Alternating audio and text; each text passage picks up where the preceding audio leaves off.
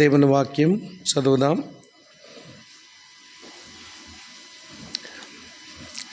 ఇర్మియా గ్రంథం 3వ అధ్యాయం 15వ వచనం. ఇర్మియా గ్రంథం 3వ అధ్యాయం 15వ వచనం. నాకిష్టమైన కాపరులను మీకు నియమింతును, వారు జ్ఞానముతోనూ వివేకముతోనూ మిమ్మును ఏలుదురు. మరో స్థలంలో మరో భాగాన్ని మార్చి చదువుదాం. అపోస్తలుడైన పౌలు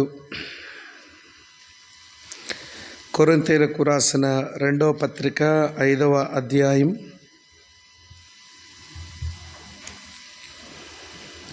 11వ వచనం నుండి 21వ వచనం వరకు ఉన్న ఈ భాగాన్ని మనం చదువుదాం. 11 నుంచి 21 మార్చి చదువుదాం. నేను ఒక వచనం చదువుతాను, దయచేసి మీరు ఒక వచనం చదవండి. కావున మేము ప్రభు విషయమైన భయమునెరిగి మనుషులను ప్రేరేపించుచున్నాము. మేము దేవునికి ప్రత్యక్షపరచబడిన వారము, మీ మనస్సాక్షులకు కూడా ప్రత్యక్షపరచబడి ఉన్నామని నమ్ముచున్నాను.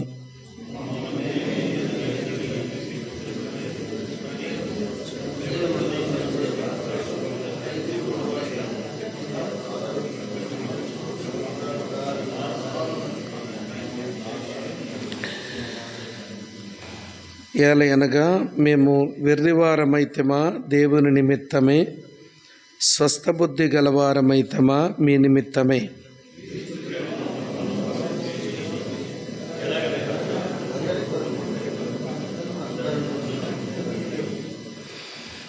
జీవించువారు ఇక మీదట తమ కొరకు కాక తమ నిమిత్తము మృతి పొంది తిరిగి లేచిన వాని కొరకే జీవించుటకు ఆయన అందరి కొరకు మృతి పొందననియు నిశ్చయించుకొనుచున్నాము.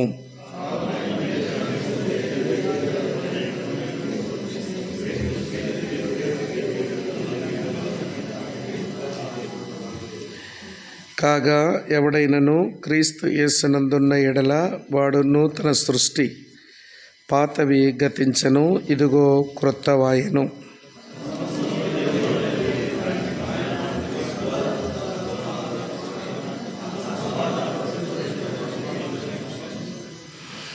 అదేమనగా దేవుడు వారి అపరాధములను వారి మీద మోపక క్రీస్తునందు లోకమును తనతో సమాధానపరచుకొనుచు ఆ సమాధాన వాక్యమును మాకు అప్పగించెను.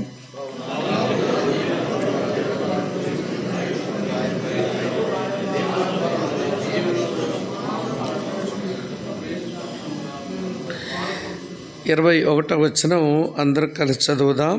ఎందుకనగా మనము ఆయన యందు దేవుని నీతి అగునట్లు పాపమెరుగని ఆయనను మన కోసం పాపముగా చేసెను. ప్రభు ఈ వచనాలు మన ధ్యానం కొరకు ఆశీర్వదించాలని ఆశిద్దాం. ఈ ప్రత్యేకమైన సేవకుల ప్రార్థన సమావేశాలలో దేవునికి ఇష్టమైన కాపరులు అనే శీర్షిక క్రింద మనం వాక్యాన్ని ధ్యానం చేస్తూ వస్తున్నాం. నిన్న ఉదయకాలం దేవునికి ఇష్టమైన కాపరి ఎలా ఉంటాడో పౌలు తెస్సలోనికి రాసిన 1వ పత్రిక 2వ అధ్యాయం మొదటి 12 వచనాలను ఆధారంగా చేసుకుని మనం ఈ స్థలములో ధ్యానం చేశాం. దేవునికి ఇష్టమైన కాపరి నమ్మకమైన గృహ నిర్వాహకునిగా, ప్రేమ కలిగిన ఒక తల్లిలాగా, బాధ్యత కలిగిన ఒక తండ్రిలాగా బ్రతుకుతాడు. అది నిన్న ఉదయకాలపు ధ్యానం. మనం ఆ విషయాలన్నీ విన్న తర్వాత మనల్ని మనం పరీక్షించుకుంటూ చాలా అర్థవంతమైన సమయం, ప్రార్థనా సమయాన్ని ఈ స్థలంలో కలిగి ఉండే దీవెన దేవుడు మనకు ప్రసాదించారు. మధ్యాహ్నం రెండవ పూట దేవునికి ఇష్టమైన కాపరి హృదయం, దీన్ని మనం ధ్యానం చేయడానికి రోమీలకు రాసిన పత్రిక 1వ అధ్యాయం 8 నుంచి 15 వచనాలను ఆధారంగా చేసుకుని కాపరి హృదయం, ఆ హృదయంలోంచి ఉత్పన్నమయ్యే కోరికలు, ఈ రెండింటిని మనము ఆలోచించడం జరిగింది. దేవునికి ఇష్టమైన కాపరి హృదయం, అది అర్పించే హృదయం, అది అర్థించే హృదయం, అది అపేక్ష గల హృదయం, అది అప్పుపడిన హృదయం, అది ఆతృత పడే హృదయం. అలాంటి హృదయంలో నుంచి నేను యేసును ఎరగాలి అన్న కోరిక ఉంటుంది, యేసును సంపాదించుకోవాలి అనే కోరిక ఉంటుంది, యేసును గణపరచాలి అన్న కోరిక ఉంటుంది, యేసులోనే అగుపడాలి అనే కోరిక ఉంటుంది, చివరగా యేసుతో ఉండాలి అన్న కోరిక ఉంటుంది. హృదయము, కోరికలు, ఈ రెండింటిని నిన్న మధ్యాహ్నం మనం విని మనలో మనం అంతర్మథనం చేసుకుని మన హృదయ స్థితిగతులు పరీక్షించుకోవడానికి ప్రభువు సహాయం చేశాడు. మన హృదయం సరైనదైతే మన ఆశలు సరైనవి అవుతాయి. మన హృదయం సరైనది కాకపోతే మన ఆశలకు కూడా సరైనవిగా ఉండవు.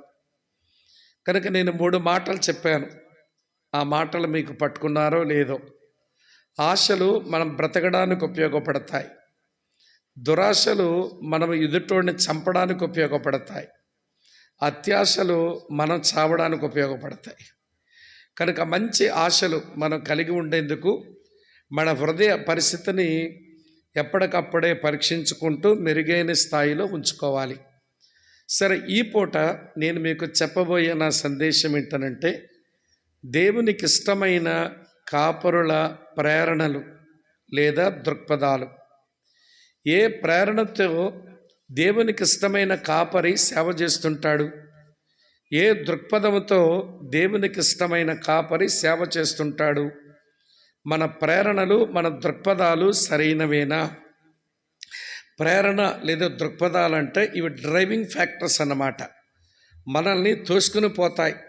సేవలో మనం తోసుకుని పోయేది, నడిపించుకుంటూ వెళ్ళేది ప్రేరణ లేదా దృక్పథం.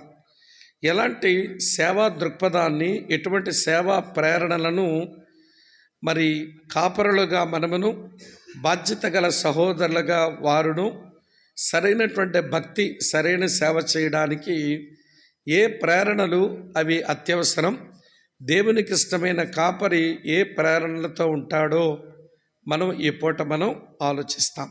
కళ్ళు మూసుకుందాం, తల్ల వంచుదాం.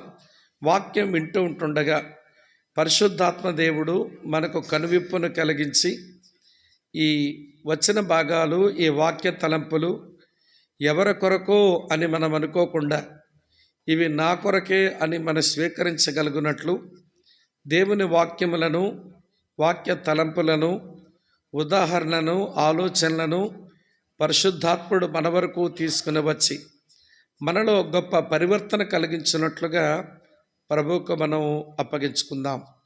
ఆయన సహాయాన్ని వేడుకుందాం. ప్రేమపూర్ణుడైన తండ్రి, దయాళుడైన దేవ, మీకు కృతజ్ఞత స్తోత్రాలు, మీకు వందనాలు. నీ ప్రియకుమారుడు, మా ప్రాణనాథుడైన యేసుక్రీస్తు వారి ప్రశస్త నామంలో మీకు స్తోత్రాలు చెల్లిస్తూ ఈ చక్కని ఆత్మ సంబంధమైన సమావేశాలు మీరు మాకు అనుగ్రహించారు.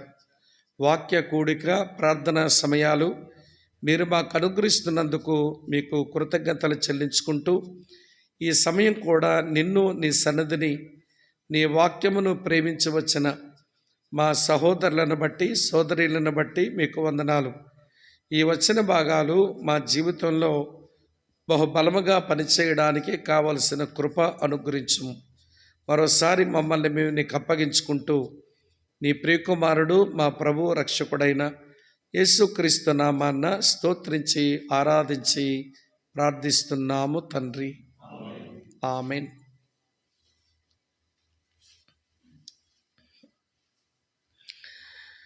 మనుషులంగా మనం కొన్ని అవసరాలలో ఉంటాం.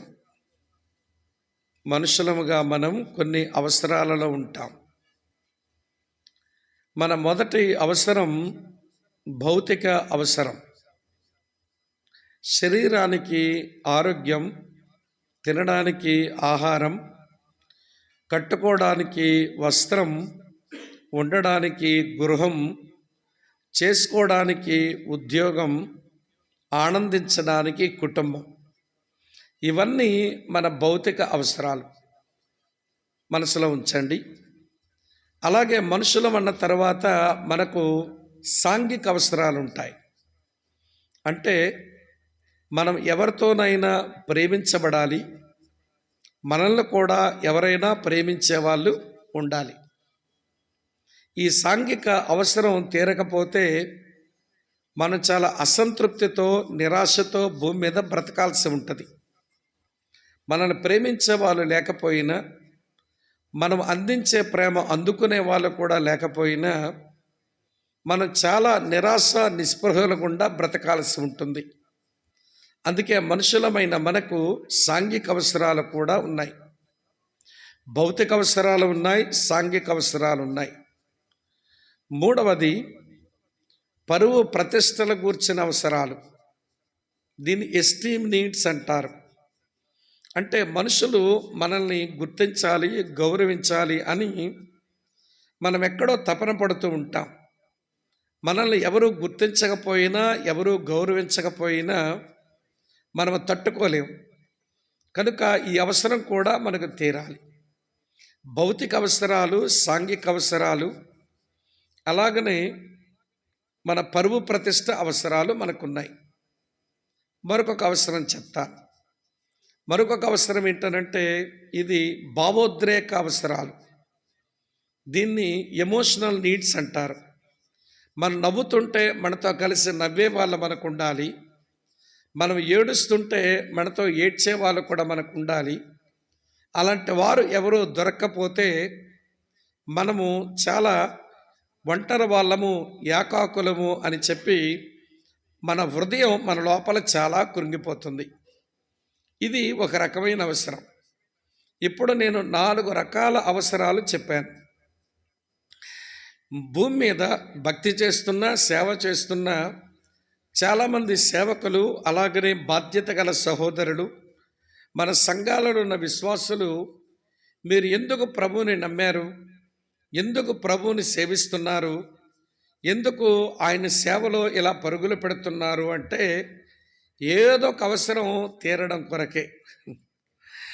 భౌతిక అవసరమైనా తీరాలి, సాంఘిక అవసరమైనా తీరాలి, పరువు ప్రతిష్ట అవసరమన్నా తీరాలి, లేదా భావోద్రేకాల అవసరమైనా తీరాలి.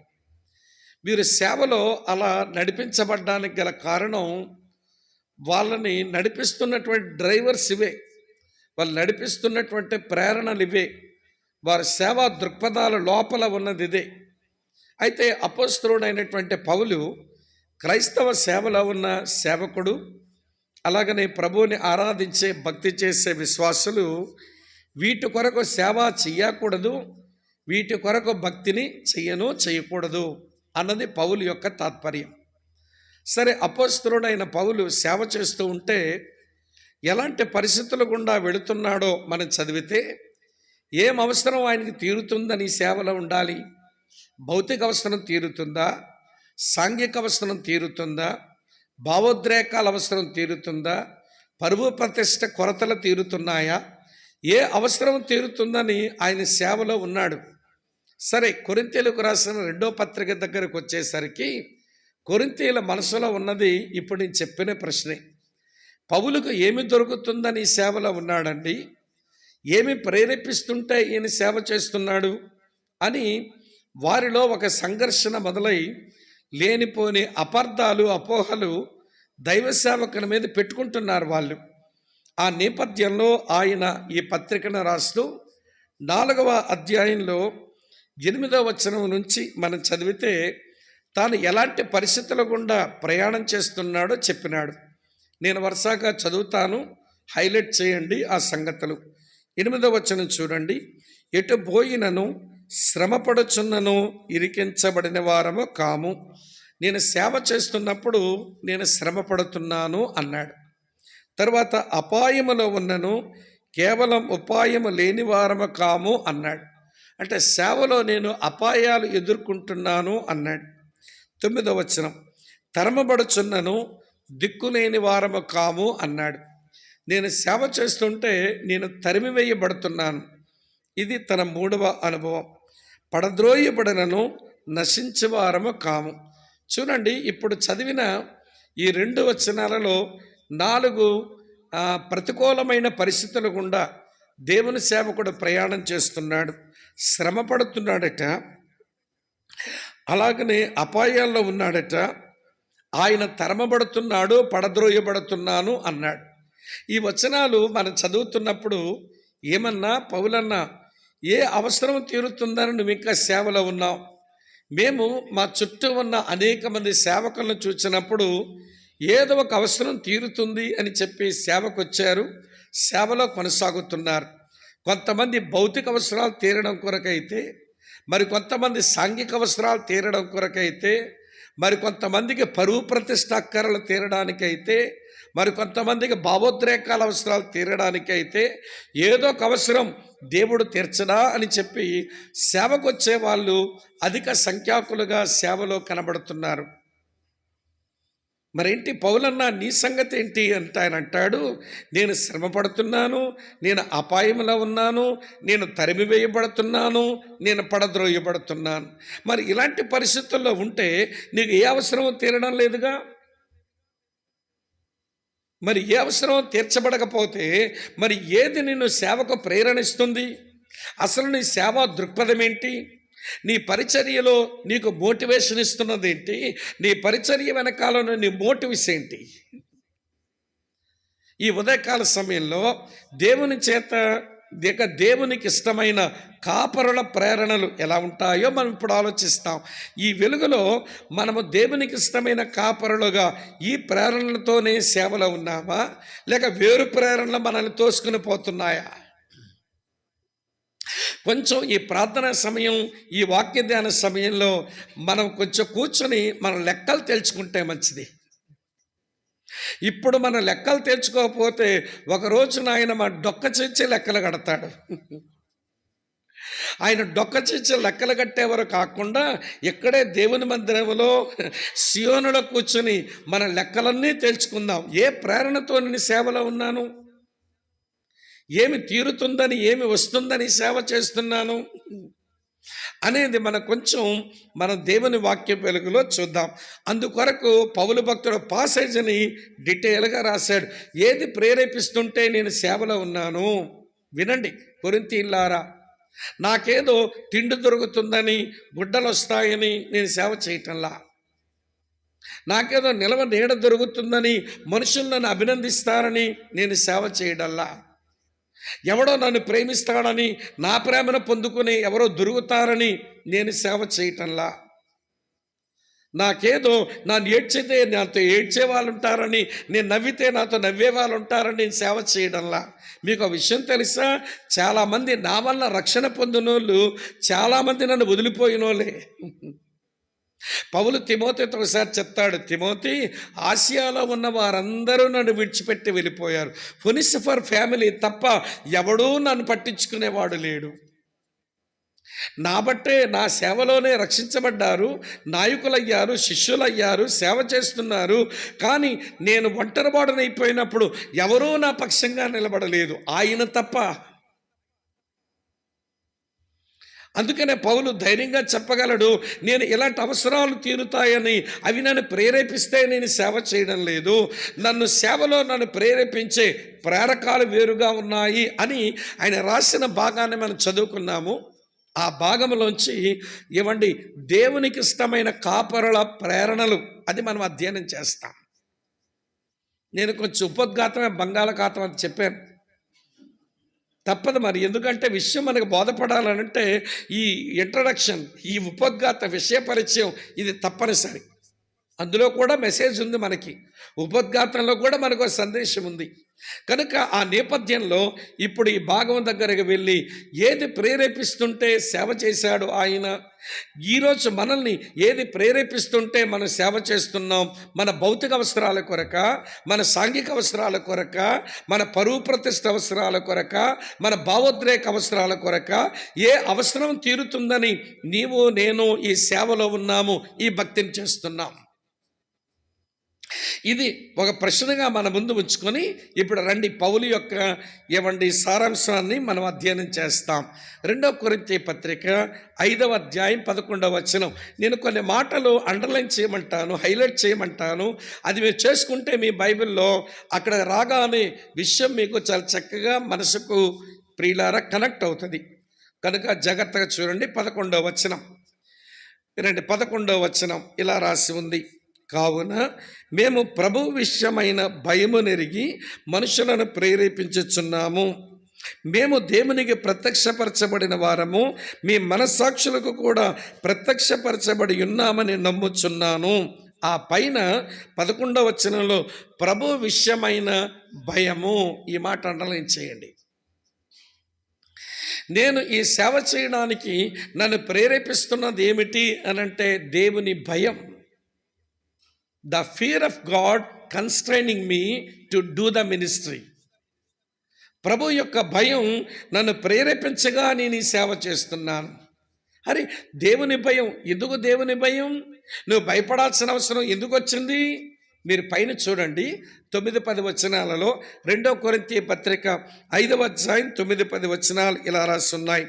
కావున దేహమందున్నను దేహమును విడిచినను ఆయనకిష్టులమై ఉండవలనని మిగుల అపేక్షించుచున్నాము. ఎందుకనగా తాను జరిగించిన క్రియలు చొప్పున అవి మంచివైనను సరే చెడ్డవైనను సరే దేహముతో జరిగించిన వాటి ఫలము ప్రతి వాడును పొందునట్లు మనమందరము క్రీస్తు న్యాయపీఠము ఎదుట ప్రత్యక్షము కావాలియను.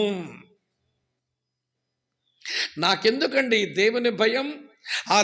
ఆ దేవుని భయం నన్ను ప్రేరేపిస్తుండగా, దేవుని భయమే నా సేవలో ఒక దృక్పథముగా పెట్టుకొని నేను ఎందుకు సేవ చేస్తున్నానంటే, నేను ఒక రోజున ఆ క్రీస్తు న్యాయపీఠం ముందుకెళ్లాల్సి ఉంది.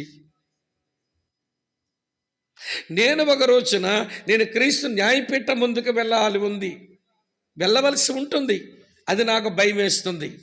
నేను ఇలాగ సేవ చేయడానికి అపాయాలు వచ్చినా, వినండి ప్రియులారా, ప్రమాదాలు గుండా వెళ్ళినా, తరిమి వేయబడుతున్నా, పడద్రోయబడుతున్నా, శ్రమలు వచ్చినా నేను ఎందుకు ఇంకా ఈ సేవలో ఉన్నానంటే దేవుని భయము నన్ను ప్రేరేపిస్తుంది. ఆ భయము దేని కొరకంటే నేను ఒక రోజున క్రీస్తు న్యాయపీఠం ముందుకెళ్ళి క్రీస్తు ఎదుట నిలబడాలి. నిలబడిన రోజున ఏమి జరుగుతుంది? రండి, ఇది అర్థం కావాలంటే మొదటి పత్రికలోకి వెళ్ళాలి. కొరింథీయులకు రాసిన మొదటి పత్రిక 3వ అధ్యాయం తెరవండి ఒక్కమారు. కొరింథీయులకు రాసిన మొదటి పత్రిక 3వ అధ్యాయం నేను చదువుతున్నాను చూడండి. 12వ వచనం నుంచి రాసుంటుంది 15వ వచనం వరకు. ఈ 4 వచనాలలో కొన్ని మంచి తలంపులు మనకు ఉంటాయి, చెప్తాను.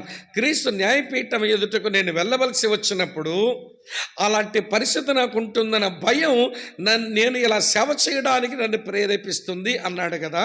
ఆ క్రీస్తు న్యాయపీఠం ఎదుటకు వెళ్ళినప్పుడు ఏం జరగనయ్యింది? చదువుతున్నాను 12వ వచనం.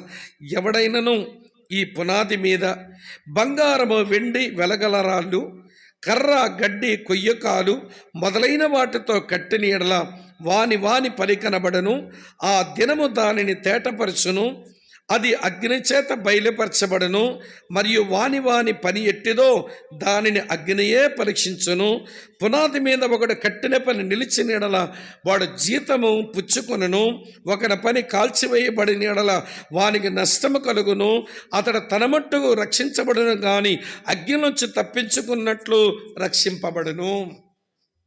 గమనిస్తున్నారా? ఈ 4 వచనాలలో క్రీస్తు న్యాయపీఠం ఎదుటకు వెళ్ళవలసి ఉంది నేను, మరి నాకెందుకు భయం? వెళ్ళవలసి ఉందన్న భయం ఎందుకు వేస్తుంది? ఆ భయమును బట్టి నేను ఎందుకు సేవ చేయగలుగుతున్నాను అని అంటే, నేను ఆ న్యాయపీఠం ఎదుటకు వెళ్ళినప్పుడు మొట్టమొదట నా సేవ పరీక్షించబడుతుంది. ఏంటండి? నా సేవ పరీక్షించబడుతుంది. ఇక్కడ 2 రకాలైన సేవలు ఉన్నాయి. దానికి పౌలు భక్తుడు 6 చిత్రాలు వేసినాడు. చెప్తాను వినండి. ఒక రకమైన పరిచర్యకు 3 బొమ్మలు, మరో రకమైన పరిచర్యకు 3 బొమ్మలు వేశాడు. ఒక రకమైన పరిచర్య బంగారము, వెండి, వెలగల రాళ్ళ పరిచర్య. రెండవ పరిచర్యకు మరొక చిత్రం గడ్డి, కర్ర, కొయ్యకాలు పరిచర్య. ఈ 2 పరిచర్యలే. కానీ నేను క్రీస్తు న్యాయపీఠం ఎదుటకు వెళ్ళి నిలబడవలసి వచ్చినప్పుడు నా పరిచర్యలు దేవుడు కాలుస్తాడు. అది బంగారం, వెండి, వెలగలరాళ్ళ పరిచర్య అయితే కాలినా కనబడుతుంది. అది కర్ర, గడ్డి, కొయ్యకాలు పరిచర్య అయితే అది కాలి బూడిదైపోతుంది. అది నాకు భయమేస్తుంది. నేను క్రీస్తు న్యాయపీఠం ఎదుటకు వెళ్ళవలసిన రోజు వచ్చినప్పుడు నా పరిచర్య కాల్చబడే రోజు ఒకటి ఉంది. నేను చేస్తున్న పరిచర్య అది బంగారం, వెండి, వెలగలరాళ్ళ పరిచర్య అవ్వాలి తప్ప అది గడ్డి, కర్ర, కొయ్యకాలు పరిచర్య కాకూడదు. ఈ 2 పరిచర్యలకు వ్యత్యాసాలు చెప్తాను వినండి. బంగారం, వెండి, వెలగలరాళ్ళ పరిచర్య అది ఖరీదైన పరిచర్య, కాస్ట్లీ మినిస్ట్రీ. అవునా కాదండి? బంగారం, వెండి, వెలగలరాళ్ళు కాస్ట్లీయేగా. అది ఖరీదైన పరిచర్య, మూల్యం చెల్లిస్తే జరిగే పరిచర్య, తేరగా వచ్చిన పరిచర్య కాదు. వినండి, ఇక్కడ కర్ర, గడ్డి, కొయ్యకాలు పరిచర్య అది వినండి చీఫ్ మినిస్ట్రీ, చవకబారు పరిచర్య. అది ఖరీదైన పరిచర్య, ఇది చవకబారు పరిచర్య. ఇది పరిచర్యే. కానీ నేను క్రీస్తు న్యాయపీఠం ఎదుట వెళ్ళినప్పుడు నా సేవ పరీక్షించబడుతుంది గనక నాకు భయం వేస్తుంది. ఆ భయం చేత ప్రేరేపించబడిన వాడనే శ్రమలు వచ్చినా, అపాయాలు వచ్చినా, పడద్రోయబడుతున్నా, తరివేయబడుతున్నా ఆనందముతో ఈ సేవలో వెళుతున్నాను. ఎందుకో తెలుసా? ఆ రోజు నా పరిచర్య కాలినా కనబడాలి. అందుకొరకు నేను కాస్ట్లీ పరిచర్య చేస్తున్నాను. చవకబారు పరిచర్య నేను చేయటం లేదు. మీరు బంగారము, వెండి, వెలగరాళ్ళు పరిచర్య అంటే అది కొంచెంగానే ఉంటుంది. బంగారము, వెండి, వెలగలరాళ్ళు కొంచెంగానే ఉంటాయి. కర్ర, గడ్డి, కొయ్యకాలు బోల్డంత ఉంటుంది. కొంతమంది సేవకులకు ఉన్న బలం ఏంటంటే, నేను ఇంత కష్టపడి సేవ చేస్తున్నా మా మందిరంలో ఎప్పుడు కొంచెమే మందే ఉంటున్నారేంటి అని బాధపడుతుంటారు. మీరు ఒక విషయం చెప్పనా? మీ దగ్గర కొంచెం మందే ఉంటే మీరు అసలైన సేవ చేస్తున్నట్టు లెక్క. కాస్ట్లీ పరిచర్య చేస్తున్నట్టు లెక్క. మా దగ్గర 10,000 మంది వస్తున్నారంటే ఎందుకు రారు? అది గడ్డిగా. అది కర్రే, అది కొయ్యకాలే. అది ఎంతమంది అయినా ఉంటారండి. బంగారం, వెండి, వెలగలరాళ్ళ పరిచర్య అది కొంచెంగానే ఉంటుంది. వింటున్నారా? గడ్డి, కర్ర, కొయ్యకాలు విస్తారంగా ఉంటుంది. కొంతమంది సేవకులకు ఉన్న శోధన ఏంటనంటే, నేను ఎంత కష్టపడుతున్నా 100 మందికి పెరగడం లేదు. అక్కడ 10,000 మంది వెళ్తుంటారట, అక్కడ 5,000 మంది వెళ్తుంటారట, అక్కడ 3,000 వెళ్తుంటారట.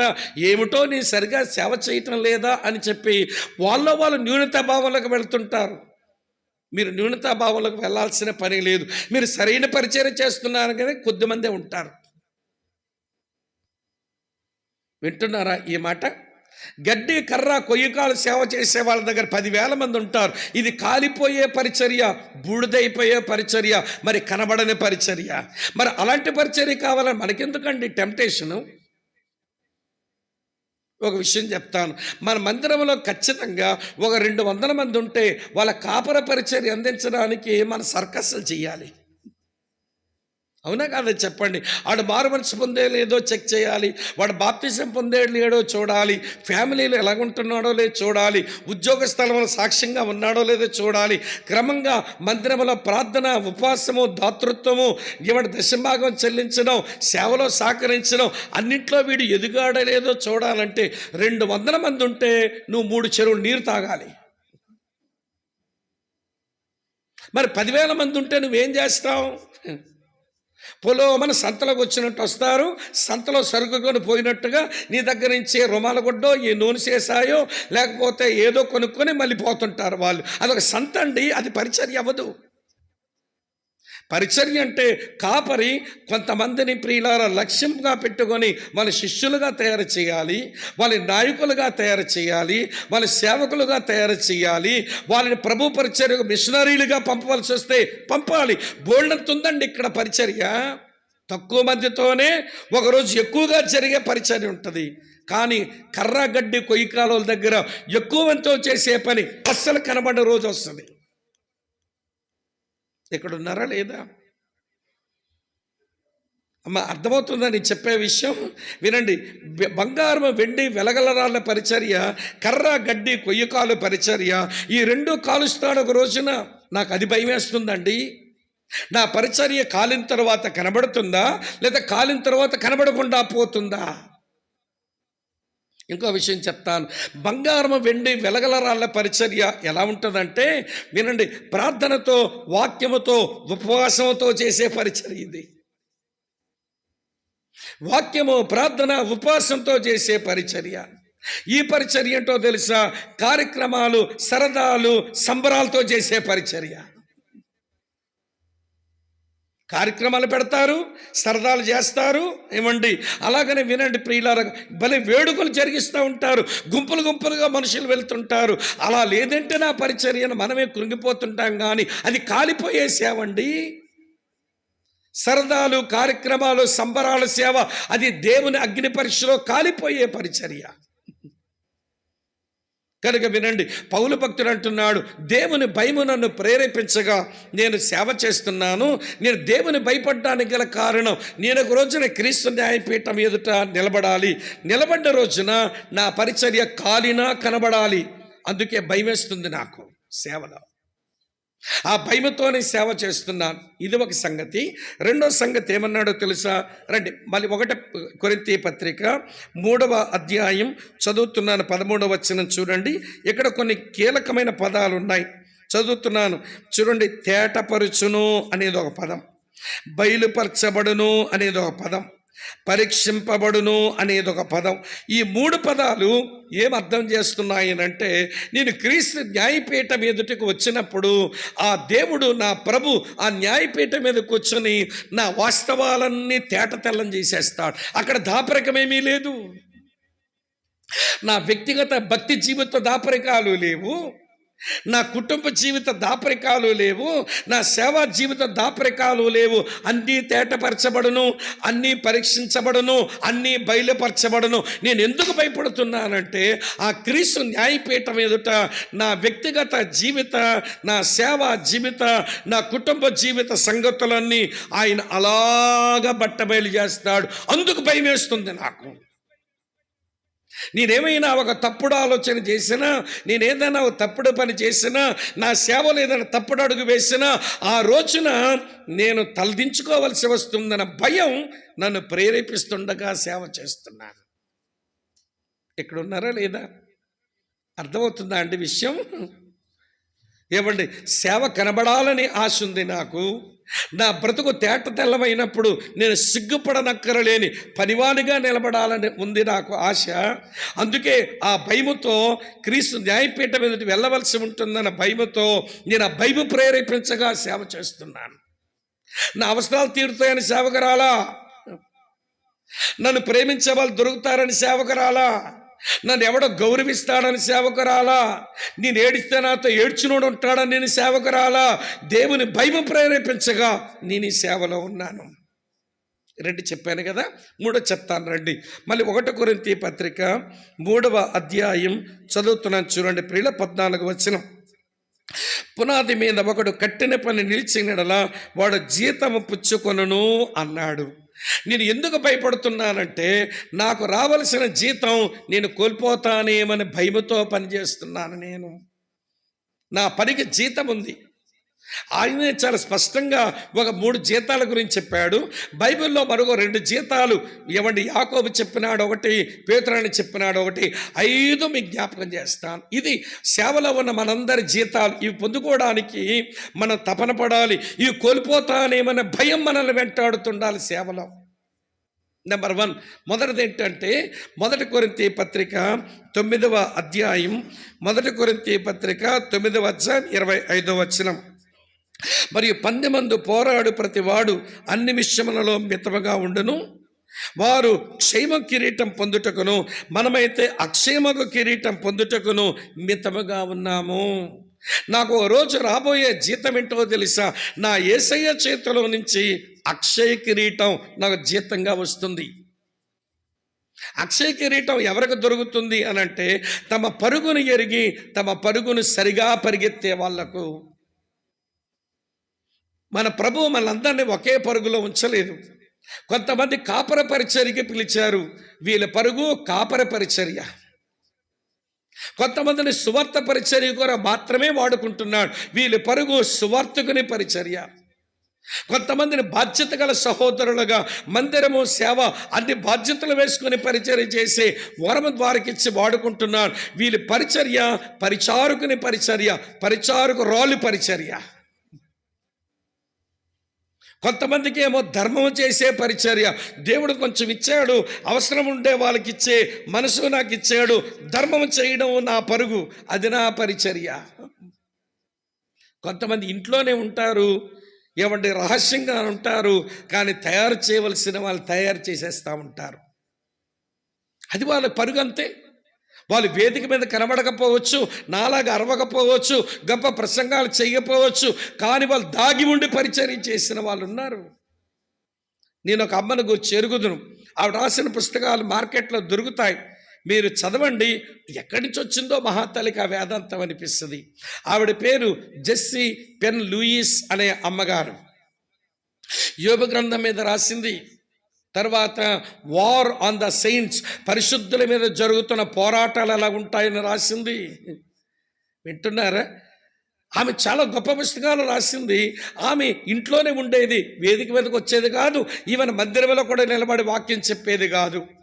రివైవల్ కొరకు వాడబడిన పెద్ద పెద్ద సేవకులు ఆమె దగ్గర తర్ఫీదు పొంది సేవకులైనటువంటి వారే. ఒకసారి ఈవెన్ రాబర్ట్స్ అడిగినాడట, అమ్మా నువ్వు అసలు బయటకు వచ్చి మాట్లాడితే ఈ సంగతులన్నీ అనేకులు నేర్చుకోగలుగుతారు కదా, నువ్వు ఇల్లు దాటి బయటకు రావేంటనంటే, ప్రభు నన్ను అందుకు పిలవలేదు, నా పిలుపు ఇంట్లో ఉండడం. ఎవరినైనా ప్రభు నా దగ్గర పంపిస్తే వాళ్ళ వాక్యముతో వాళ్ళ జీవితాన్ని, వాక్య పరిజ్ఞానాన్ని పెంచే ఒక గొప్ప సేవ నాకు ఇచ్చాడు, నేను ఇల్లు దాటి రాను అందటంతే. ఇది ఆవిడ పరుగు అంతే. నా పరుగు బోధకుని పరుగు, బోధిస్తాను. సువార్తగిన పరుగు, సువార్త చెప్తాను. కాపరి పరుగు, కాపరి పని నాకు ఇచ్చాడు, సంఘం అప్పగించాడు, ఈ పని నేను చేస్తాను.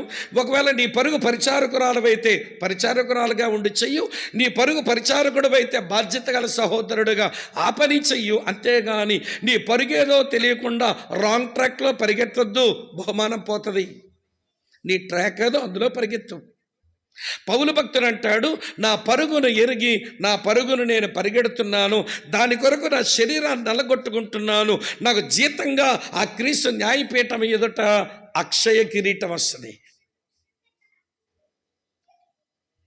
అది పోగొట్టుకోకూడదని భయపడుతూ సేవ చేస్తున్నాను. ఇది ఒక జీతం. రెండో జీతం చూపిస్తాను, రండి. మీరంతా నాతో ఉన్నారా? అర్థమవుతుందా? వ్యర్థమవుతుందా?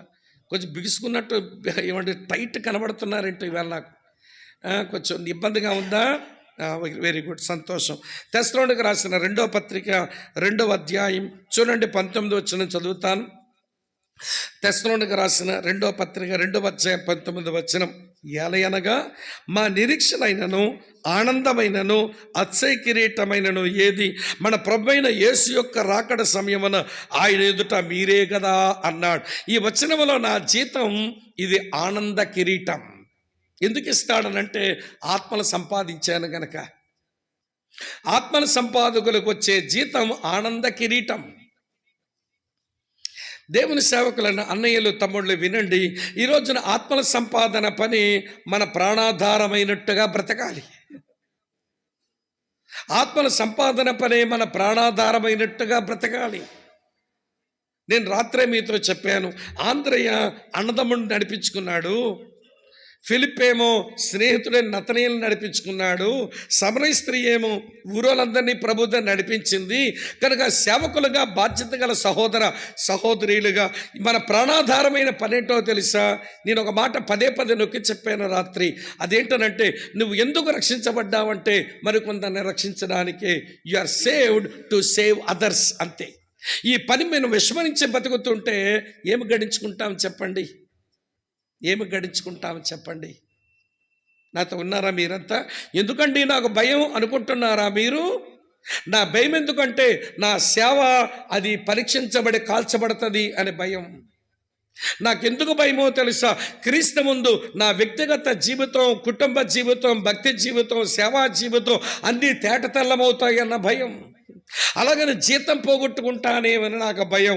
నా జీతం, నా పరుగు సరిగా పరిగెత్తితే అక్షయ కిరీటం నాకు రావాలి. నేను ఆత్మ సంపాదన పనిలో ఉంటే నాకు ఆనంద కిరీటం దొరకాలి. మూడో మాట చూపిస్తాను. తిమోతికి రాయబడిన 2వ పత్రిక 4వ అధ్యాయంలో చదువుతాను, చూడండి ప్రియులారా. ఇలా వ్రాసి ఉంది 8వ వచనం. ఇక మీదట నా కొరకు నీతి కిరీటం ఉంచబడి ఉన్నది. ఆ దినమందు నీతిగల న్యాయాధిపతి అయిన ప్రభు అది నాకు మాత్రమే కాకుండా తన ప్రత్యక్షతను అపేక్షించు వారందరికీ అనుగ్రహించును. ఇది ఏమి జీతం అనంటే, ఇది నీతి కిరీటం అనబడే జీతం. ఎవరికి? ఆయన రాకడ కొరకు అపేక్షించే వాళ్లకు. ప్రభు ఎప్పుడొస్తాడా అనే రాకడ కొరకు అపేక్షించే వారికి. మొదటి శతాబ్దంలో ఉన్న క్రైస్తవ్యం, అందులో ఉన్న సహోదర సహోదరీలు ఒకరితొకరు పలకరించుకుంటున్నప్పుడు వారు పలకరింపేంటో తెలుసా? మరణాత. మరణాత అంటే ప్రభు త్వరగా వచ్చునుగాక. ఇది మనం ఇప్పుడు ప్రైజ్ లార్డ్ అంటున్నామే, కొంతమంది వందనాలు అంటున్నారే. అప్పుడు మొదటి శతాబ్దం క్రైస్తవుల పలకరింపు మరణాత, ప్రభు త్వరగా వచ్చునుగాక. ఈరోజు జోసఫ్ బ్రదర్ మేము కొంచెం రూమ్లో మాట్లాడుకుంటుంటే, బ్రదర్ ఈ రోజున ప్రభు యొక్క రాకడ వెలుగులో మనుషులు బ్రతుకుతున్నారని మీకు అనిపిస్తుందా? మీరు చాలా తిరుగుతారని నన్ను అడిగినాడు బ్రదర్. మన బోధన కూడా ప్రభు యొక్క రాకడ వెలుగులోనే చెప్పబడుతున్నాయా అన్నాడు. నేను అన్నాను, మన కట్టుకున్న ఇల్లులు, మనం దాచుకున్న డబ్బులు, మనం జీవిస్తున్న జీవిత విధానం ఆయన త్వరగా వస్తున్నాడు అన్నట్టు లేవులే బ్రదర్ అన్నాను. మన కట్టుకున్న ఇల్లులు, మనం దాచుకున్న పైసలు, మనం జీవిస్తున్న జీవిత విధానం ఆయన త్వరగా వస్తున్నాడు అన్నట్టుగా లేవు. అందుకనే మనం పాడిన పాటలు లోకానికి వెక్కిరంతల్లాగా ఉన్నాయి. మన పాడమా? గగనము చీల్చుకొని యేసు గనులను తీసుకొని వేవేలా పరిశుద్ధులతో వేగమరానుండే వస్తున్నాడని పాడుతున్నాం, కానీ వస్తున్నాడని వెలుగులో జీవించడం లేదు. మరి మనకి నీతి కిరీటం ఎలా దొరుకుతుంది చెప్పండి? పౌలు అంటాడు, నాకు మాత్రమే కాదు, ఈ మనసుతో బ్రతుకుతున్న ప్రతి వానికి దేవుడు నీతి కిరీటం అని బహుమానం ఇస్తాడు అన్నాడు. ఇక్కడ సేవలో ఉన్నటువంటి మనం దేవుని భయం ప్రేరేపించగా మన సేవలో ఉన్నట్లయితే దేనికి భయపడాలి? నా సేవ కాల్చబడుతుంది, నా సేవ పరీక్షించబడుతుంది అన్న భయంతో సేవ చేయాలి. నా జీవితం అంతా క్రీస్తు న్యాయపీఠం ఎదుట బట్టబయలు చేయబడుతుంది అన్న భయంతో సేవ చేయాలి. జీతం పోగొట్టుకుంటానేమో అన్న భయంతో సేవ చేయాలి. 3 జీతాలు చెప్పాను: అక్షయ కిరీటం, ఆనంద కిరీటం, నీతి కిరీటం. ఈ 3 పౌలే చెప్పినాడు. 4వది పౌలు చెప్పలేదు. కానీ ప్రియులారా, ప్రభువే చెప్పాడు కనుక ఆ మాట జ్ఞాపకం చేస్తాను. ప్రకటన గ్రంథం 2వ అధ్యాయం 10వ వచనంలో, మరణం వరకు నమ్మకముగా ఉండము, నీకు జీవ కిరీటం ఇచ్చెదను. సేవకులు మరణం వరకు నమ్మకంగా ఉంటే వారికి జీవ కిరీటం దొరుకుతుందట. రాత్రి నేను రూమ్కి వెళ్ళాక నా భార్య ఫోన్ చేసి చెప్తుంది ఒక సేవకుని గురించి. సేవకొచ్చాడు, తర్ఫీదునుందాడు. వినండి స్నేహితులారా, పెళ్లి చేసుకున్నాడు, మా కళ్ళ ముందే కనబడుతుంటాడు. అయితే ఈ మధ్య ఆయనకేమో కొన్ని కష్టాలు వచ్చినాయి. ఆయన కష్టాలకు కారణం అతని భార్య కాదు, బిడ్డలో కాదు, తిండి లేక కాదు, భూమి లేక కాదు, ఏమి లేకుండా కాదు. ఆయన సమస్య అంతా ఏంటంటే వీడికి పిచ్చి వచ్చింది. పిచ్చి అంటే దిమాగ్ ఖరాబ్ అయింది కొంచెం. నేనే అనంతపూర్లో ఉన్న డాక్టర్ విజయకుమార్ అన్నతో మాట్లాడి అన్న కొంచెం వైద్యం చెప్పండి, ఈ సేవకుడు కొంచెం వైద్యం ఇప్పించాలి అని అంటే, కొంచెం వైద్యం ఇప్పించే పనులు ఆయన ఏదో చెప్పాడు. అక్కడ విశాఖపట్నంలో తెలిసిన డాక్టర్ ఉంటారు బ్రదర్, అక్కడ పంపించండి అని చెప్పినాడు. నేను ఆ వ్యక్తిని అక్కడ పంపించాను. ఏమంటే ఆ డాక్టర్ గారు కూడా కొంచెం వైద్యం ఇస్తే, వైద్యం ఆ మెడిసిన్ వేసినంతకాలం చాలా బాగున్నాడు. కానీ ఈ మధ్య చేయడం మానేశాడట. భార్యనేమో చెదకొట్టేస్తాడు, గేట్ అంతా ఇట్లా ఊపేస్తాడు. ఏమన్నా దొరికిన వాళ్ళని రాడ్డు దొరికితే రాడ్డు, కర్ర దొరికితే కర్ర దాంతో కొట్టేస్తున్నాడు. సరే ఈ పరిస్థితి ఎందుకు వచ్చిందిరా బాబు అంటే, ఏమండి అతనికి ఏమీ లేక కాదు, దేవుడు లేక కాదు. సమస్య ఎక్కడుందనంటే వీడికేంటి మెంటల్ కేస్. దానికి వైద్యం తీసుకుంటే బాగుండును, తీసుకోకుండా ఏమంటే రాత్రి నాతో చెప్తుంది నా భార్య, నిన్నంట వాళ్ళ అక్కంట ఒక చేతబడి చేసి అమ్మ దగ్గర తీసుకుని వెళితే, నువ్వు మన దేవుళ్ళను వదిలేసి యేసుప్రభు నమ్మేవరా, అందుకే నీకు తెప్పలు వచ్చాయని చెప్పిందట. ఇప్పుడు ఈ సేవలో వచ్చి తర్ఫీదయ్యి వాక్యం నేర్చుకున్నవాడు యేసుప్రభుని ఏమండి సేవ ఎప్పుడో వదిలేసాడు అండి, యేసుప్రభుని కూడా వదిలేయడానికి తీర్మానించుకున్నాడట. మరణం వరకు నమ్మకం ఉండడం అనేది ఇంకెక్కడ మాటది. నీకు కొంచెం ఇబ్బందులు వస్తేనే నువ్వు యేసును వదిలేసే మనిషివి, ఇక మరణం వరకు నమ్మకంగా ఉండడం అనే మాట అది ఎక్కడ మాట? వినండి, ఇక్కడ ఉన్న సేవలో ఉన్న మనం, నేను చచ్చే వరకు నా విశ్వాసమును నేను కాపాడుకుంటూ నా పరుగును సరిగా పరిగెత్తి క్రీస్తు న్యాయపీఠం ఎదుట నేను సంపాదించుకోవలసిన సంపాదించుకోలేనేమో, ఆ జీవకిరీటం దొరకదేమని అనుదినము నమ్మకంగా బ్రతకడానికి ప్రయత్నం చేయాలి. కొంతమందికి బల నమ్మకమైన మంచి దాసుడా అని దేవుని తలపించుకోవాలని ఉంటుంది, ఉండాలి మనందరికీ. బల నమ్మకమైన మంచి దాసుడా అని ఆయన ఆలోచనాలంటే ఆయన ఈరోజు కూడా అనాలి నీ గురించి. ఎందుకంటే నువ్వు ఎప్పుడు చేస్తావో తెలియదుగా, నీకు నేను ఎప్పుడు చేస్తానో నాకు తెలియదుగా. ఆ మాట ఆలోచనాలంటే ఈరోజు అనాలి ఆ మాట. అంటే ఈరోజు బల నమ్మకమైన మంచి దాసుడా అని నా ప్రభు చేత అనిపించుకునేలాగా ఈరోజు నేను బతకాలి. రేపు ఒకవేళ నాకు వస్తే రేపు బతకాలి. అలా బ్రతకడం ఇష్టపడితే మరణం వరకు నమ్మకం ఉండడం చేతనవుతుంది. ఇక్కడ ఉన్నారా లేదా మీరు? ఎన్ని జీతాలు వచ్చాయి నన్ను అడగండి. క్రీస్తు న్యాయపీఠం మీద అడిగి తీసుకుందరు. కానీ నేను ఇచ్చేవాడినా ఇవన్నీ? ఎవరు ఇచ్చేవాళ్ళు కాదు. క్రీస్తు న్యాయపీఠం మీదట మన ప్రభు ఇచ్చేది ఈ జీతం. సరిగా మన పరుగు పరిగెత్తామా, అక్షయ కిరీటం. సరిగా ఆత్మలు సంపాదించే పనిలో ఉన్నామా, ఆనంద కిరీటం. అలాగని ఆయన రాకడతో అపేక్షతో బ్రతికామా, నీతి కిరీటం. మరణం వరకు నమ్మకంగా ఉన్నామా, మనకు జీవ కిరీటం. జీతాలుగా వస్తాయి. ఇంకోటి చెప్తాను రండి. 1 పేతురు 5వ అధ్యాయం 4వ వచనం. పేతురు రాసిన మొదటి పత్రిక 5:4. ప్రధాన కాపరి ప్రత్యక్షమైనప్పుడు మీరు వాడబారని మహిమ కిరీటం పొందుదురు అన్నాడు. ఈ మహిమ కిరీటము మన జీతమే. ఎవరికి జీతం అని అంటే, వినండి ప్రియమైన స్నేహితులు, వాక్యం చెప్పడానికి కష్టపడే వాళ్ళకి. 5వ అధ్యాయం 1 నుంచి ఇవ్వండి ఈ 4 వచనాల వరకు వాక్య సేవకులకు, సంఘములకు దేవుని వాక్యంతో సేవ చేసి మంద మీద కాపరిగా ఉండి ఆ ప్రధాన కాపరి కింద పనిచేస్తే కాపరులకు జీతం ఇది. వాక్యం చెప్పే కాపరులకు జీతం. అయితే కాపరులు వాక్యం చెప్పినప్పుడు కష్టపడాలి. మీరు నా దగ్గర విన్నారేమో నాకు తెలియదు. ఏటిగౌరంపేటలో కొంతమంది దేవుని వాక్యం చెప్పడానికి ఏం కష్టపడరు. ఇలాంటి వాళ్ళకి బాపట్టలో ఒక దేవుని సేవకుడు పేర్లు పెట్టినాడు. అన్నా మన కాపర్లలో కొంతమంది అయ్యగారులు ఉన్నారన్నా, వాళ్ళ పేర్లు పెట్టాను అన్నాడు. ఏం పేరు పెట్టావు అని అడిగాను. ఆయన అంటాడు, ఒక ఆయన పేరు చెప్పమంటారన్నా, ఆయన పేరు రెవరెండ్ వెల్డింగ్ అన్నా అన్నాడు. వెల్డింగ్ అంటే ఏంటన్నా అంటే, ఏమి లేదన్నా, అక్కడదో రెఫరెన్సు, ఎక్కడదో రెఫరెన్సు, అక్కడదో రెఫరెన్సు, ఇవన్నీ కలిపి అతికేస్తాడన్నా, జనాలు నెత్తి మీద కొడతాడన్నా అన్నాడు. ఈయన పేరు రెవరెండ్ వెల్డింగ్ అంటే. మరొక అయ్యగారు ఉంటారన్న, ఈయన పేరు రెవరెండ్ రబ్బర్ అన్నాడు. అంటే 1.5 గంటలు చెప్పాలి కదా. కనుక వాక్యం తీసుకుని అలా సాగతీయటమే, లోపల కంటెంట్ ఏమి లేకపోయినా వెళతా ఉంటుంది ప్రసంగం అంతా. ఈయన పేరు ఎవరో తెలుసా? రబ్బర్ అయ్యగారు అన్నమాట. అన్న మరొకరు ఉంటారన్నా, వీరి పేరేంటో రెవరెండ్ జంపింగ్ కదా అన్నాడు. ఏంటో రెవరెండ్ జంపింగ్ అని అంటే, వాక్యం ఎత్తుకుంటారన్నా, అక్కడి నుంచి ఎగిరిపోతారన్నా, మళ్ళీ అక్కడ రారేదన్నా. మళ్ళీ అంటే తీసుకున్న వచ్చిన దగ్గర మళ్ళీ చివరి వరకు రారట. Reverend jumping. వీళ్ళు ముగ్గురు పర్వాలేదు కానన్నా ఈ మధ్య వర్గోలు కనబడుతున్నారన్న వీళ్ళ పేరేంటో తెలుసా, రెవరెండ్ వామిటింగ్ అన్నారు. ఏంటి వామిటింగ్ అని అంటే, టీవీలో ఉందొక మొక్క, యూట్యూబ్లో ఉందొక మొక్క, పేపర్లో ఉందొక మొక్క, వీధిలో ఉందొక మొక్క, ఇంట్లో ఉందొక మొక్క, అన్ని మొక్కలు నోట్లో పెట్టుకొని మనుషుల ముందు నిలబడి బులుక్మని కక్కేస్తారన్నా వీరి పేరే రెవరెండ్ వామిటింగ్ అన్నాడు.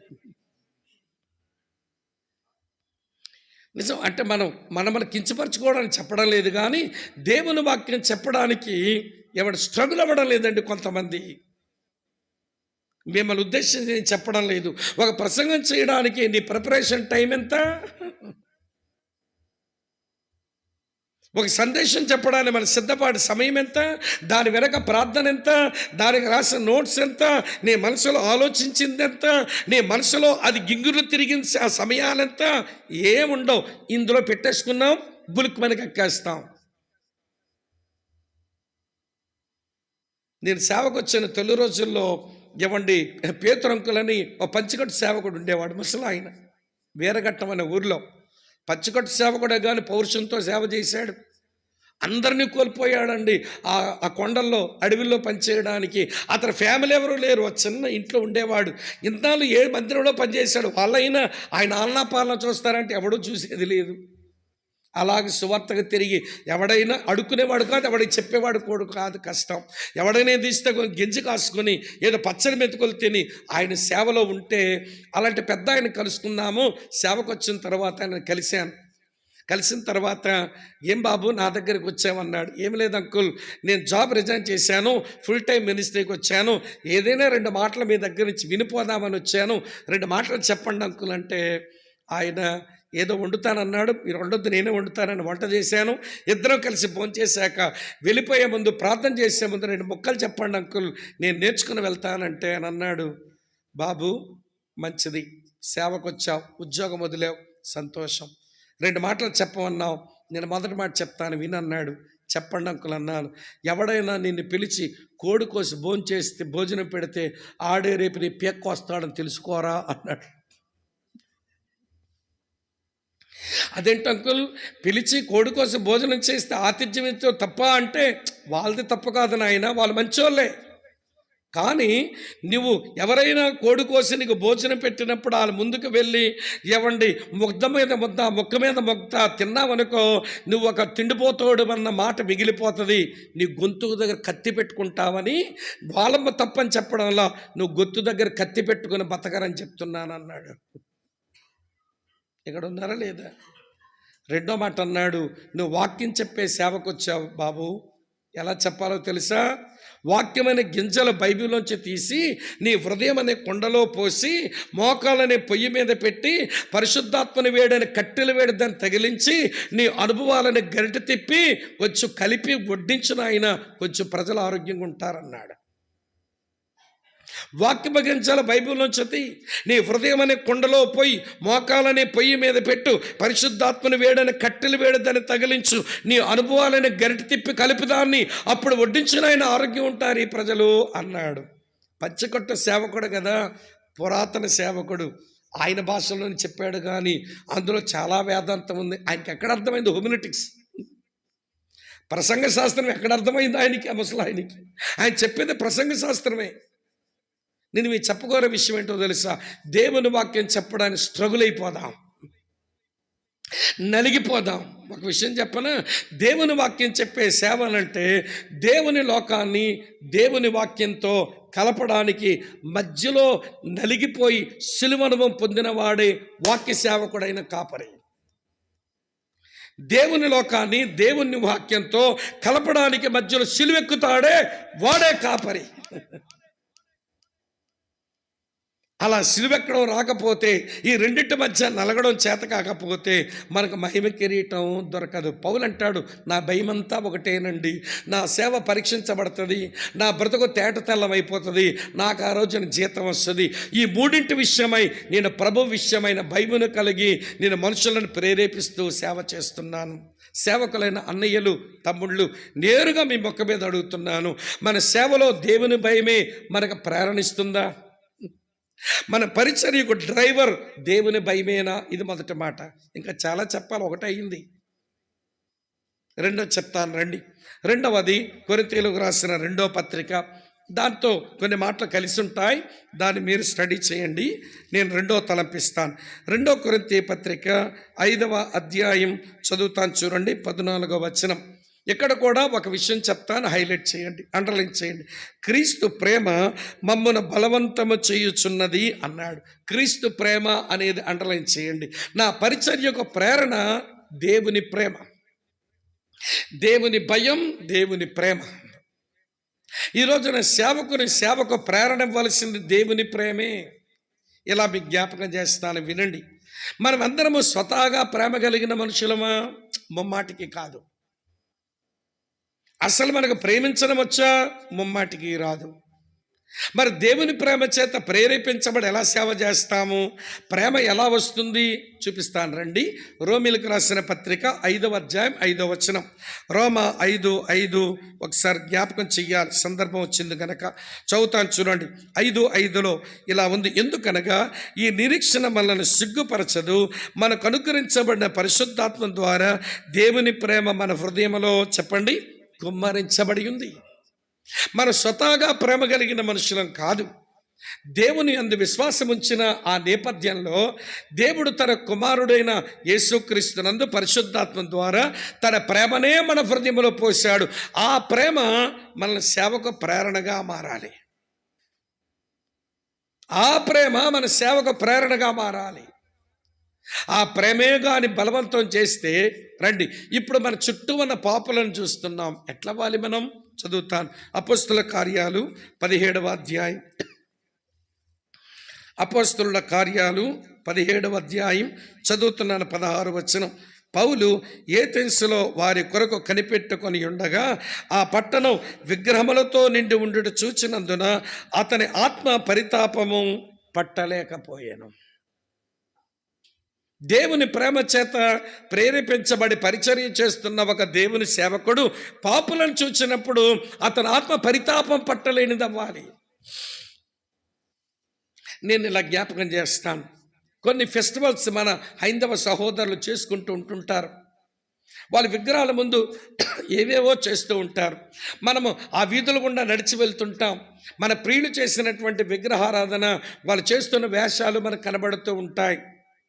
అప్పుడు ఏమనిపిస్తుంది చెప్పండి హృదయపూర్వకంగా?